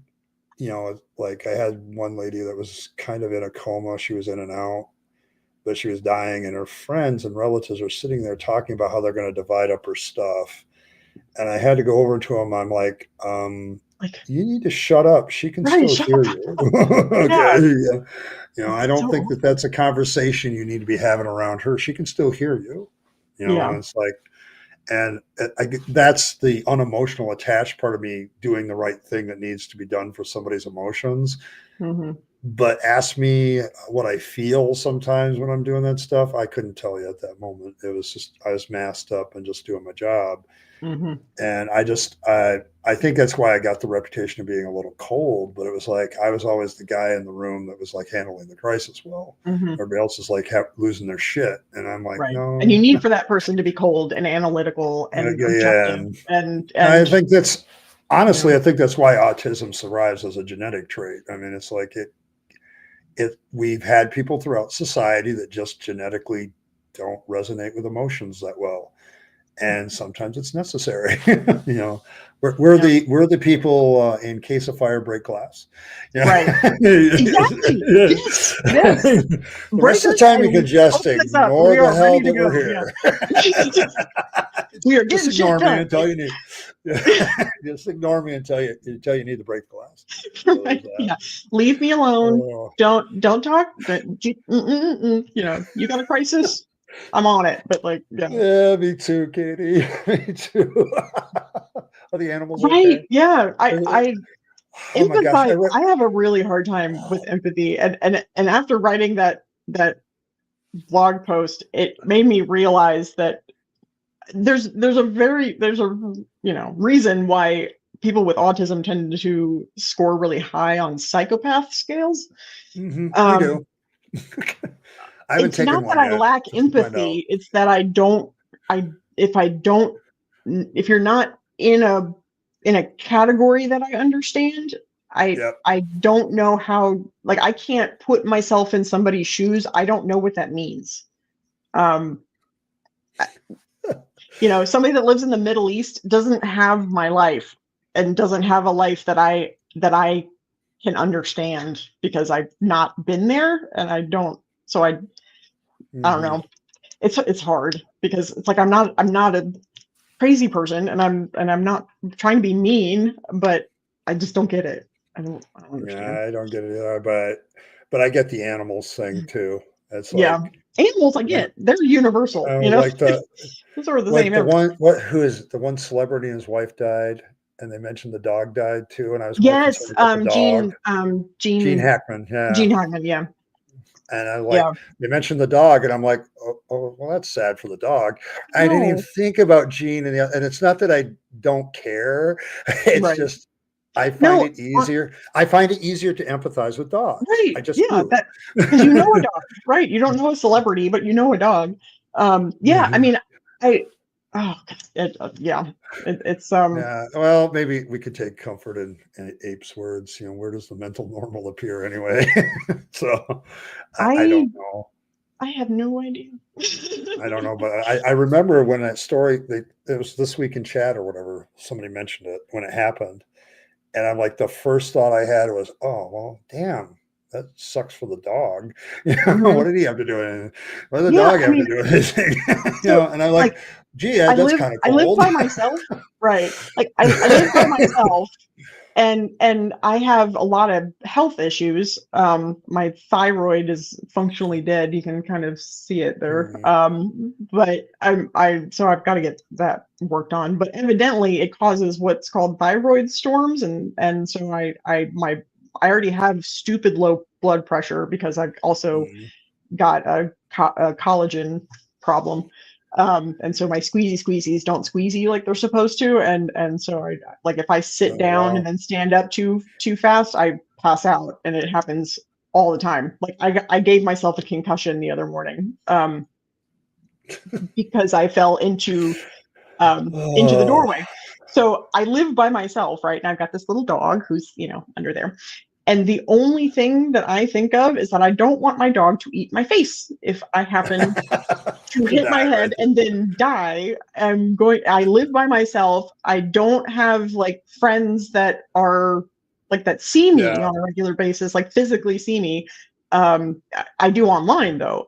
And I've given several people like this is my real name, this is my real address, this is the Hmm. emergency number. If you do not see me somewhere for 72 hours, I am dead and you need to call this number and send the cops to come and check on me. And do not do if do not feel weird about it. Just if you're concerned, just do it. Just do it just in case because I don't want my dog to eat my face. And because if That's they good. if they do that, then they put them down. Yeah, they do If they because eat humans, then they put them down. And he's such a sweet little boy, and I don't want him to die. yeah, So I am way it's more a concerned about my dog eating my face than I am about me actually dying. Like that's yeah. fine, but like, I don't want him to get hurt. Yeah, it's What is that? it's that fine thing because people don't get that with me either because I've never been suicidal, Mm-hmm. but there have been definite days a lot of chunk of days where if I'm standing on a curb and a bus is coming, please jump the curb. Just jump the curb and end it. So many times I have thought I've been driving and I see like a great big ravine or something, and I'm just like, there's a great big Oops. tree down there, just like, Oops. yeah. Yeah. Passive And suicidality is definitely a yeah, problem. I don't have that anymore, but yeah, I've gotten it was my past it. existence for a long time. Yeah. I've gotten past it. I just noticed now a lot of the problems I had as a teenager, like, oh yeah, I can connect the dots pretty well to this. And it's like, yeah, you and I were not diagnosed until until adults, and so and that's why I'm like, it's why I'm thinking about doing something in April for adult autism, because it's Autistic Awareness Month, because the problem of being an adult with autism is learning how to deal with it. I'm glad for the kids that get diagnosed early now. More power to that. I'm not against that at all. Keep doing it because it's so helpful later in life. You can see it. But there's a lot of us that are struggling with this. And it's like, I really want to find a way to help. And I just don't know how. I mean, autistic people have a really high rate of substance abuse and self-harm issues, and like cutting and things like that, and then just depression and anxiety, because we have to deal in a world that isn't made for us. I'm an alien. I joke that way all the time. I'm so glad I'm not part of the human race right now. Right. Thank you very much. I called myself the all-American mutant and the sophisticated goblin for years. Yep. And so, but it's I resonate with that. I wonder just how many adults are dealing with that, and the millions. Substance abuse, and it's like it's millions and millions and millions of people, and it's like, how do you help them?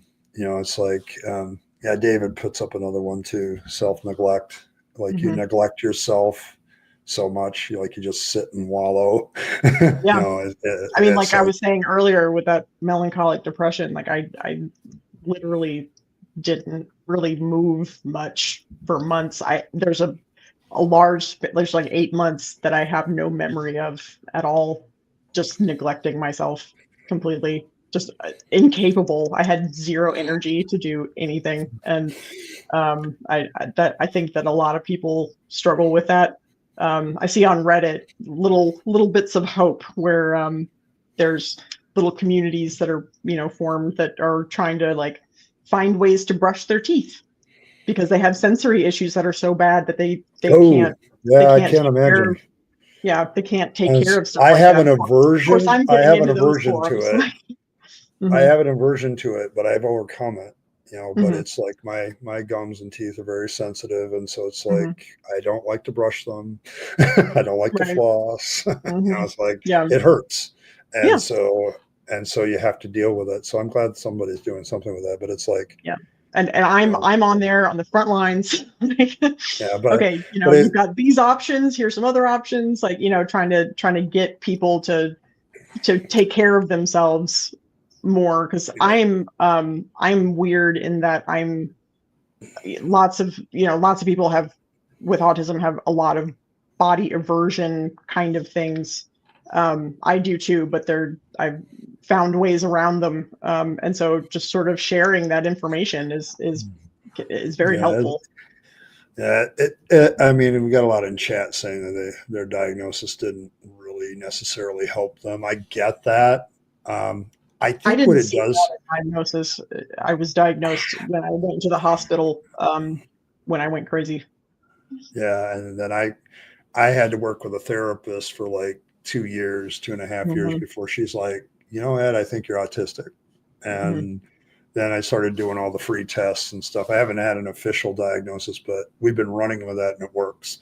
So if you've got, if you have a certified person telling you that's, I'd call that a diagnosis. So it's like I don't think that you need to physically go to like one of those learning centers and like do the whole thing for it to be legitimate. If somebody looks at you who has been through school and has training and such things, I'd call that being diagnosed. Yeah, I think for me, it's if there's one helpful area, it helps me understand why I am the way I am. And Mhm. that the other thing is that it's kind of normal. It's more normal than people think. Mhm. And I've tried to get that across to my kids. Like they always had problems dealing with me as a parent, because they'd always run to their mom for emotional support because I'm like, guys, I just don't have it. Okay, Mhm. I don't have it right now. I mean, Mhm. I could hug them, love on them, I would feel for them, but there's times it's like, just buck up, kid. It's like Yeah, just get over I've it. always said my dad is emotionally constipated. He's And never been diagnosed, but my dad is autistic as fuck. Like it's yeah, and very apparent and very German. So like the two yeah, well, when it's they combine is I don't like know. it's I don't know woo. if he's still here. Oh yeah, John. I think it's John who mentioned that the Netherlands has a high rate of autism, and they're Really? starting to think that there's some genetic origins to the problem. Hmm. But it would make sense because Germans have that stereotype of being like unemotional, but stereotypes have some OCD basis runs very strongly in in Germans. German. Yeah, so Yeah, it's like I have that it's too. yeah. I do have it. I have to have my environment at least basically clean, or I can't function. So Yeah, uh, I'm ritualistic. I'm not I don't do the whole I'm a germaphobe, but that's because I know like it's oh, you work cognitive. with it. I work with Yeah. it. And I know a lot of biology, so I know what I'm touching. Like the minute that I come home, I wash my hands, from where I go anywhere. So I just wash my hands. So that just seems like a healthy thing to do. You've been touching all the other stuff and but I am ritualistic. So like I take a shower the exact same way every time. And if something like if I drop the soap, Yeah. my brain sort of breaks and I'm like, I something to me in my head, like something bad's gonna happen. I know it's not. I know cognitively it's not. But that's my initial thought. And Yeah. I have dermatillomania, so I Wow. pick I pick and pick and pick and pick. Yeah.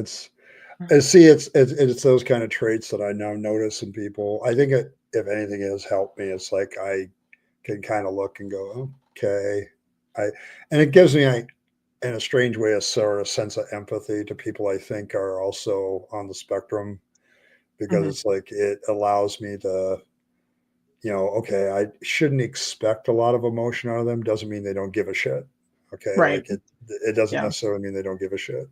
And I Right. think it's the Look biggest at thing their I've learned. actions, not Look at necessarily their like whether actions. they're Yeah. giving, not necessarily whether they're because I'm not cuddly, obviously. Yeah. I think most of you have probably figured it out by now. I cuddle. I I cuddle pretty good with my grandkids, but they're good cuddlers. I So I call yeah, myself a social porcupine. Like I just, yeah, I don't I'm not cuddly. I'm not nurturing. I'm just not. But I will do things to make sure that you know that I care about you. I might not always be able to say the right things, but I will be there saying something, and at least it will be like useful. At least I hope it's useful. Like, you know, I try to act the way that I would want to be treated. mm, And to yeah, me, time spent is, the idea of love languages is sort of pseudoscience, but I do think that people generally have like a way that they feel most snugly with, you know, yeah, and time spent is mine. If yeah. you give a shit enough to like make an effort to come and see me or send me a text or something like that, like Mhm. that to me Yeah, is like you pay. I am not forgotten, yeah. I'm the and then I'm same. happy. I mean, that's why when people do stuff in the chat for me, I'm very thankful for it, because it's like, oh, you have acknowledged my existence and that I'm Right. worthy. Yes. It's Yes. like it's funny because most of the time I just don't want that, but then I know inside as a human being I do. Like Hmm. social need is a real thing, Hmm. and I live alone and don't get out much, and so when people take the time, like I remember, like Azo a few months ago, was worried about me, and he just said, "Are you okay?" Mhm. And it was like, "Yeah, I'm all right." But it meant so much to me Yeah. that he just took Maud time. Maud does that for me sometimes, and I So love her for it. Yeah. it's like, "Are you okay?" And it's like, "Oh, thanks for giving a shit." You know, Mhm. it's like, and it's funny that way because I don't seek out social stuff like that, but when it happens, it's very precious to me, Mhm. and it's just kind of weird. But Yeah. No, I mean, I'm the same way. I don't expect anything from anybody. So then when somebody does give me something, I'm like, you know, I'm a pleasantly surprised pessimist. yeah, well, Perpetually that's pleasantly surprised. That's why, I've said Stoic philosophy goes that direction too. They say if you expect the worst, then when it doesn't happen, you've actually had a better day. Right. So it's Yeah. like it's. I go to Yeah. work expecting the worst shit show ever, and it What never fresh quite. hell am I about to walk into? Right. And Yes, then when it and goes well, it's like, oh, it's not quite that bad. So it was a good day, And yeah, I think if you start at the bottom and work up, it's always a better attitude for me. But I concur. um, so it's been fun, but yeah. Mhm. We got a Oh, for discussion sure. about Dutch people and German people in the chat by Dutch people and German people. Yeah. And I'm very German. I don't know about anybody else, but that's like half of my ancestry is Bavarian I'm in literally the half Netherlands. German. So Um, yeah, my so it's my like grandparents were Nazis. Oops. oops, oopsies. Yeah, and they were on the. Yeah. Actually, what's really interesting is that my grandfather served on opposite sides in the war. Oh, well, that's Hmm. good, I Yeah, think. yeah. One Yeah, one was doing working for the U.S. and the other one was Nazis. well, it's I find that fascinating. yeah, I was doing my research, like the German part of me comes out of Germany like in the 1880s, and it makes a lot of sense. Hmm. Okay, when you consider the time period, there's a lot Yeah, of turmoil back then. So yeah. somewhere in It's there, lots of and lots of same for war, conflict, same for and the things. Netherlands, late 1800s, early 1900s. My great grandparents who had 12 kids, and like Brief. I always love that. All you kids think about is sex. Graham, you have 13 Right. kids. You got nowhere to stop. None. How are those happening? Are they hatched in the Right. back It's like the room? Duggars. Like the Duggars, the people that have like what 14 children or some shit, and they And won't we're let their also, kids. They won't let their kids hold hands, but they're popping out children every other fucking minute. I'm It's like like, you're doing a lot of fucking. What? Don't I pretend know. like you're just being immaculately concepted. Like you are literally fucking. Like what? Don't you cannot pull the Oh, wool over our eyeballs. that's the way chat sends to get, Abe. There's like 25 comments. I have to sift through it to find the stuff that's actually to me. So it gets to that point. So, So yeah. Oh man, but yeah, I've always found that interesting that that it seems like everybody gets really obsessed with sex after they get married in these things, and then they don't right, want anybody else to enjoy it. So right. Well, and that's why they get married so young because yeah, they're 18 and horny and they can't. They just they're well, not allowed to the just fact boink. that They have one to get married to boink. So they go ahead and do that. the fact that several of the Duggars have had like sexual issue problems does not Oh, the surprise me in oldest the son. slightest. Yes, he's in Yeah, it jail doesn't surprise. Yeah, it doesn't surprise me in the slightest for because CP. when you're when you're Mm-hmm. that repressive, Mm-hmm. you what are you going to do? Right. It's like He was touching on his sisters and he had CP on his computer. Yeah, he's a yeah, disgusting, vile human being. yeah, it's Um, because of the repressive nature. Go let the kid date at 13, 14, and that'll clear that up. mhm. Maybe Purity I don't know. culture is toxic as fuck. It is a cancer on society. I'm convinced, Yeah, which is why this whole like Christian nationalist shadow government that we've got going on right now scares me. I'm kind of worried about that. See, the thing is now I think Project 2025 is just like a red herring. What they really wanted to do was the shadow government they're doing now. No, that's the shadow government made Project 2020, 2025. Yeah, could be. No, Yeah, they did. They are the authors. They are the originals. Okay. Yes. Yeah, Yeah, they I are the haven't really ones looked that. at it as much as I should. Yeah, But yeah, it's they are like, the authors of Project 2025. They are the ones that constructed the entire thing. The Heritage Foundation. That is the group that made that. oh, okay.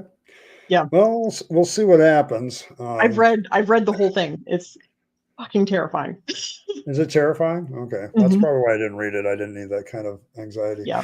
So, Yeah. It is. Yeah, I had to do it in small chunks because it's it to me it reads like a horror novel. It's worse than it's way worse than people realize. Way worse. And it was publicly available. This is just the shit that they are willing to let the public know about.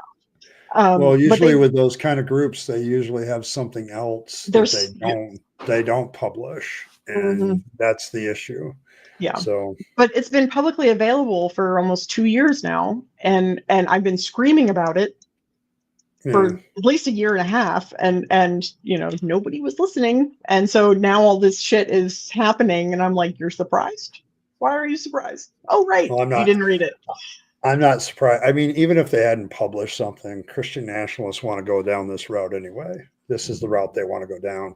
So it would be like an unwritten agenda, and it would still be the same. So it's like whether they write it down or not is irrelevant. They always have a tendency to go down this route.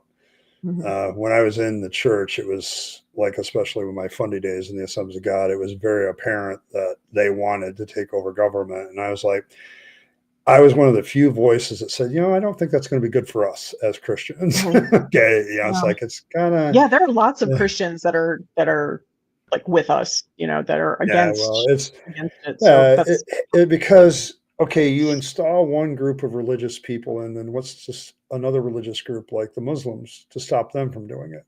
On what basis do you say it's wrong for them to do it? Right. Well, that's why I love TST and why I'm a member, because they are what's that term? Some compliance, devious compliance, malicious compliance. Where they go in. It's like when the Christians want to put up their 10 commandments or something, they're right there in courts going, no, well, we can put up the tenets of the Satanic Temple too, right? And then everybody's like, no, we didn't want that. Right. That statue of Baphomet that they put out, I was like, yeah, glorious. My personal Facebook page is like, we want religion and stuff back in school, and I'll post like a teenage girl getting ready with her, pentagram on the floor. Oh, you didn't mean this kind of prayer? Right. It's like, you didn't want that? Yep. If you're going to open it up for you got to open it up for them. And that's something they just never think about. It's better to stay on your side of the wall. It's really better. You're freer when you don't deal with this stuff. So. Yep. Yeah, they did that. They sued that Christian group that were doing after school programs and did the little, oh my gosh, little baby so cute. I actually have a story related to that, because when I was on the school board, there was a guy, they were trying to get a bus to come to the school to pick up kids that wanted to do a special alternative Bible class, and there was something in the Michigan law at the time that allowed for it. And trying to figure out a legal way to tell them to fuck off and be polite about it, because I was sitting I was the vice president of the school board at the time. So it was like, how the fuck do I do this? Yeah. Because, they're, these preachers, and that guy later ran for city council, got on the city council, and it's like, but he was actively trying to get people to get Bible classes in his church. And I'm like, I don't think we can do that, because at that point they are not supervised by us, and we are still responsible for them. So they need to be on the grounds. And it's like, well, what if they volunteer? I don't care if it's a volunteer thing. If they volunteer for it, it's like, you're using the facility to facilitate. Yeah, you're taking somebody to a church to do this. You're taking them off our grounds, so I can't know what's happening with the kids. Okay. If they're here, we supposedly have some sort of supervision, although that's Right. questionable at times. But at least they're under our care, and we're legally, legally we're covered, and that's what became really a problem. And I'm the Christian pastor at the time. I was still a pastor, and I'm trying to tell this other minister, no, you need to fuck off with that, and try to do it politely, like you need to back off this stuff. But he was a real Christian nationalist type that wanted to use any angle he could to get that stuff in the church and to the schools. And it was a constant battle. And the rest of the board were glad that I took it on. He says he'll take it a lot better if it's coming from another minister. And I guess that's probably true. But yeah, it was one of those moments where I realized my side is so stupid at that moment. It's like, do you realize the implications of this? Like if I get a witch's coven out here that wants to borrow a few of the girls every day for a few lessons, how is that going to go over? We can dance naked out in the woods somewhere. I mean, what the hell are they doing? It's like you open the door for this shit every time you do it, and it's like, don't open the door, keep it shut. But nope. Yeah, but yeah, it's like I just want to address this, Ronald. It's quite possible, given chat. It's quite possible that everybody is indeed smoking pot. So, I mean, I'm allergic. You're allergic to it, and I've never done it. So I can't smoke it. It makes my asthma flare up, and then the last time I ate it, I got trapped inside my body for 6 hours. Totally conscious, couldn't move. And then I had this like overwhelming feeling of like, I'm going to throw up. And I would rather die than throw up, like either on something or like on myself. And so, I'm sitting in my brother's living room or whatever. And it was like I had a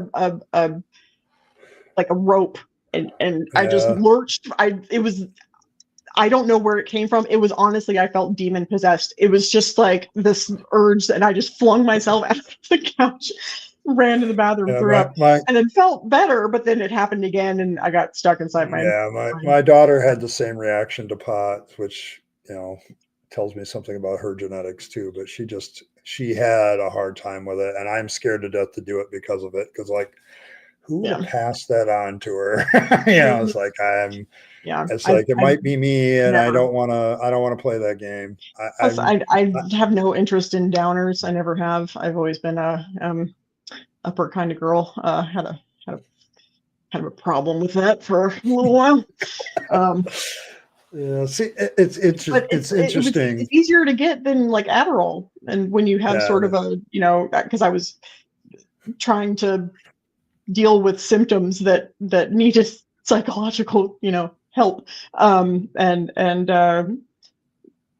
cocaine's very similar to ADHD drugs, so but it's way easier to find. Ronald, I can tell you this: my mother was a medical technologist and a phlebotomist, and she had zero tolerance for any kind of overdose, regardless of the reason. And I think it's because they consider it like this is unnecessary medical care if you just had your shit together. And the problem with that is I also know from her that several of the people on staff were also drug users. So, the rates for drug use for nurses and doctors and even hygienists. Easy access. Oh gosh. That's right there. That's right there. Well, and they're doing, they're up all night and stuff. And so like because of my past, I know lots of little housewives that needed a little helper. Yeah, need help getting through the day with the kids. And meth is right there. It keeps them up and active and keeps them so that they can take care of their kids and run around with them and have the energy to do all that kind of shit. There is people think that meth heads are just like people with no teeth sitting out on the sidewalk. They're the people with mental health issues that can't function, but like their functional addicts are we number in the millions. There's all over the place. People that you would never think. Yeah, but it's a common trait in the medical profession that Mm-hmm. I know about from my mother. Like Mm-hmm. I don't understand. I said, Mom, they're up all night and they need something to keep them going because they play all day and they don't flip and sleep. Mm-hmm. And doctors are like that sometimes, especially when they're young. There's one guy in our local emergency room, he's a bodybuilder, absolutely fit, died of a heart attack at 32. The Mm-hmm. man never slept. Yeah. It's like he needs to sleep. One of my very dear friends when I was 18, 19 and, had a real bad alcohol problem. But his name was Big Mike, and he worked on oil rigs. So he would go out for a couple of months, make thousands and thousands of dollars, and come back. And they had a special shaker for him that was like this big because he would come and buy the entire bar shots. But we used to sit and do ecstasy and Molly and cocaine and all kinds of shit. And he died. Yeah. Big old Mike had a big old heart attack. Yeah. It's like, it's kind of funny that way. Rimmer says that this is ADHD problem too. Yep. It's possible. You got to keep going.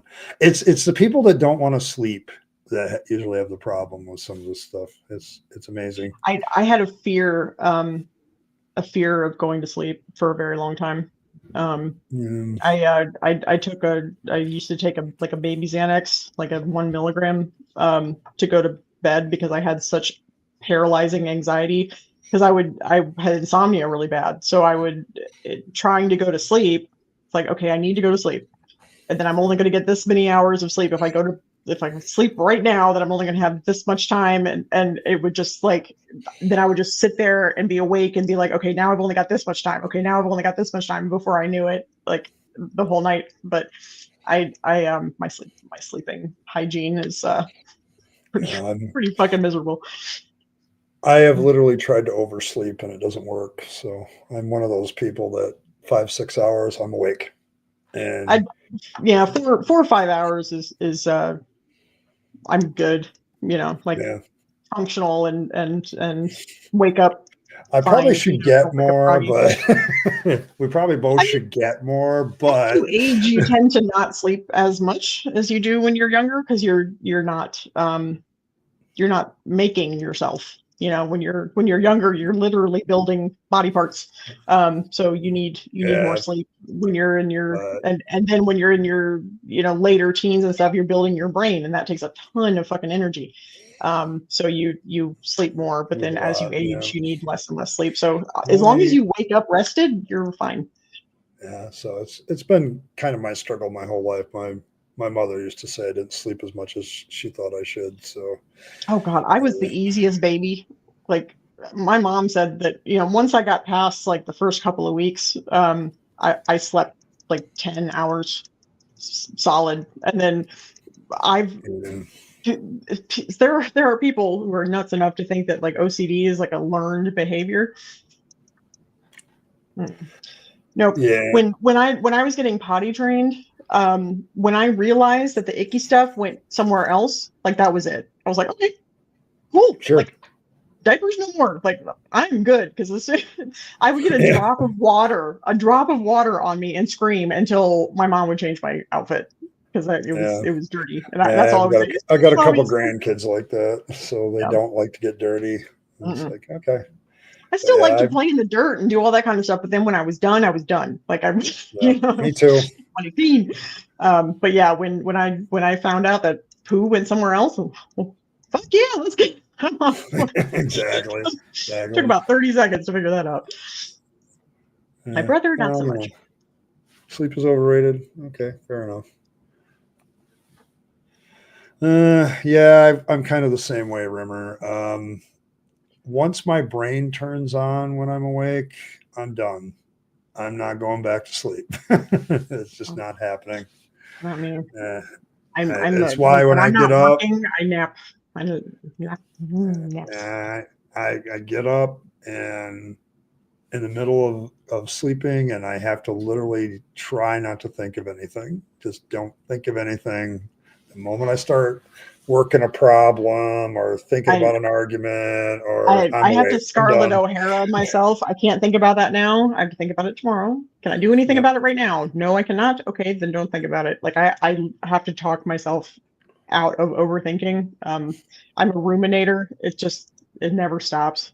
And I need noise all the time because it's too loud. It's so loud in here that to be like silence and white walls. Nope. If you, I mean, you see the craziness. Oh, I that I've got see. going on here. You My whole notice that. apartment's like this. You notice Yeah. what's behind me Mhm. too. I have to have Yeah. that kind of something on the wall clutter. Mhm. I don't My like bare walls. entire apartment is like this. It's like the rainbow just went in it, and it's there's something, which means that my apartment is great if you do like mushrooms or acid or whatever, because there's just so much Oh, fun yeah. shit to like look Oh, at, and yeah. it all wiggles and stuff. It's great, but like I cannot handle white walls. I cannot handle silence. Yeah, I need when I'm working, I need to have music on. I work at some offices that don't have just like ambient music on. I'm like, you people are psycho. Like literally, there's something wrong with you. So I've got a playlist that I made on that's for work and it's just titled like no naughty words, which was a lot harder than I thought it was going to be. To come up with that playlist. But yeah, I need, like right now I've got music on way back there. Yeah. I constantly I can't handle it. I don't know. I don't mind silence. It's just I've also realized that there's no such true thing as silence. There's always something making noise. I have tinnitus too because of the Cavitron that I've used Okay. for over a decade, and so so yeah, it's never really silent. I don't have that. Yeah, That's you don't recommend it, I imagine. No. Do not recommend. No. 1 star. No. Not even sure I should give it the 1 star. Will not go back. Will not go back. But yeah, it's like I just don't. I don't know. I once I wake up, I'm good. I'm going. So it's been a problem because it's why when I come home, a lot of people, they say, like I respond to comments in the afternoon here in the United States, basically. And it's because when I come home, I have absolutely no desire to get on YouTube and check out what's happened with my channel while I've been gone to work, because I know if I start getting on something, I'll never get to sleep. I will never fucking get to sleep. And so I just don't even check it. So it's like, I have to do those kind of things to make sure I get sleep. And then I don't. Yeah, I have to purposefully like not go into the comment section, because then I'll be like, I got to reply to some idiot thing that somebody said. The guy this week, I'm glad I caught it in the afternoon, because the guy this week had done it 12 hours previous. I'm like, okay, that's about when I got out of work and when I got home. And he's like, oh, you really believe in God? And, when are you going to just get over the untruth and repent and come back to Jesus? And I'm like, oh my God, fuck. Yeah. If I had read that at the beginning before I went to bed, I would never gotten to sleep. Like that meme with Kermit the Frog where he's at the typewriter. Yeah. It's kind of why I enjoy streaming now, because I can answer a lot of that bullshit live and just be done with it, and it's a lot better for my mental state. I did not think that would happen at all. I was very surprised by the fact that, like, oh, I'm dealing with comments live and I can deal with them, and now they're done. Just like we had recently. It's like, you've given me the same arguments I've heard 455 times. Thanks for that. Appreciate that. But I don't mind telling my story from time to time, and I'm sure you don't either, because it's like, it gets it off my chest, and it's one more great moment. So for sure. Well, I think unfortunately many of our chat people are about ready to go to bed. I haven't eaten dinner yet, and my stomach is starting to make noises. Have not eaten a thing, and I am so surprised that I've lasted 3.5 hours without having to do anything. It's like I haven't had to do a single thing. I was watching the time, and I was like, "Is he okay?" Just being good. Most live streams, I need a catheter. I just really do. Yeah. But not tonight for whatever reason. It's probably because I haven't eaten anything, so my body's just like holding on to everything. So, but I will. We're going to call it a night. I want to thank Jace earlier, and I killed Earl. It's nice to talk autism because I don't get to do it very often, and it's also Me neither. nice And to you're the talk. only other autistic person that I can tolerate, evidently. Really? Yeah. Okay, that's good. Ours manifests in very similar ways, and we don't. I have a real problem with autistic people that get in a group and then it's just a symptom too. competition where it's like, oh, but mine's weirder and I've got this going on, and it's like this is gross. Like, it's just gross. I don't. It's like, who can be the bigger freak? I don't like it. I think with autistic people, I'm kind of like George Carlin with people in general. I like them by themselves. It's when they get in groups, they're not so great. But I want to thank all the people in chat. You guys have been awesome. I know there's been like 400 conversations go on that I did not pay attention to on purpose. But thank you guys for coming by. We'll see what we can do next time, assuming, of course, we get enough super chats next week. And I do not have one broadcast. I will tell you that Tuesday is not happening. I have a very important 9-year-old who's having a birthday, and I am going to be there. So, and she is the rose of my life. So I'm definitely going to be there. So, so thank you for that. But as always, thanks for stopping by. Remember to live your best life. This is the only one you get. And so you make sure that you take all the stuff that you do and do it for yourself, the people you love and care for, and to make this a better world. You'll be happier if you do. Don't waste it on trappings of religion and faith. That's a dead end. I speak from experience. And as always, guys, thanks for stopping by, guys. And I'll catch you next time. Bye.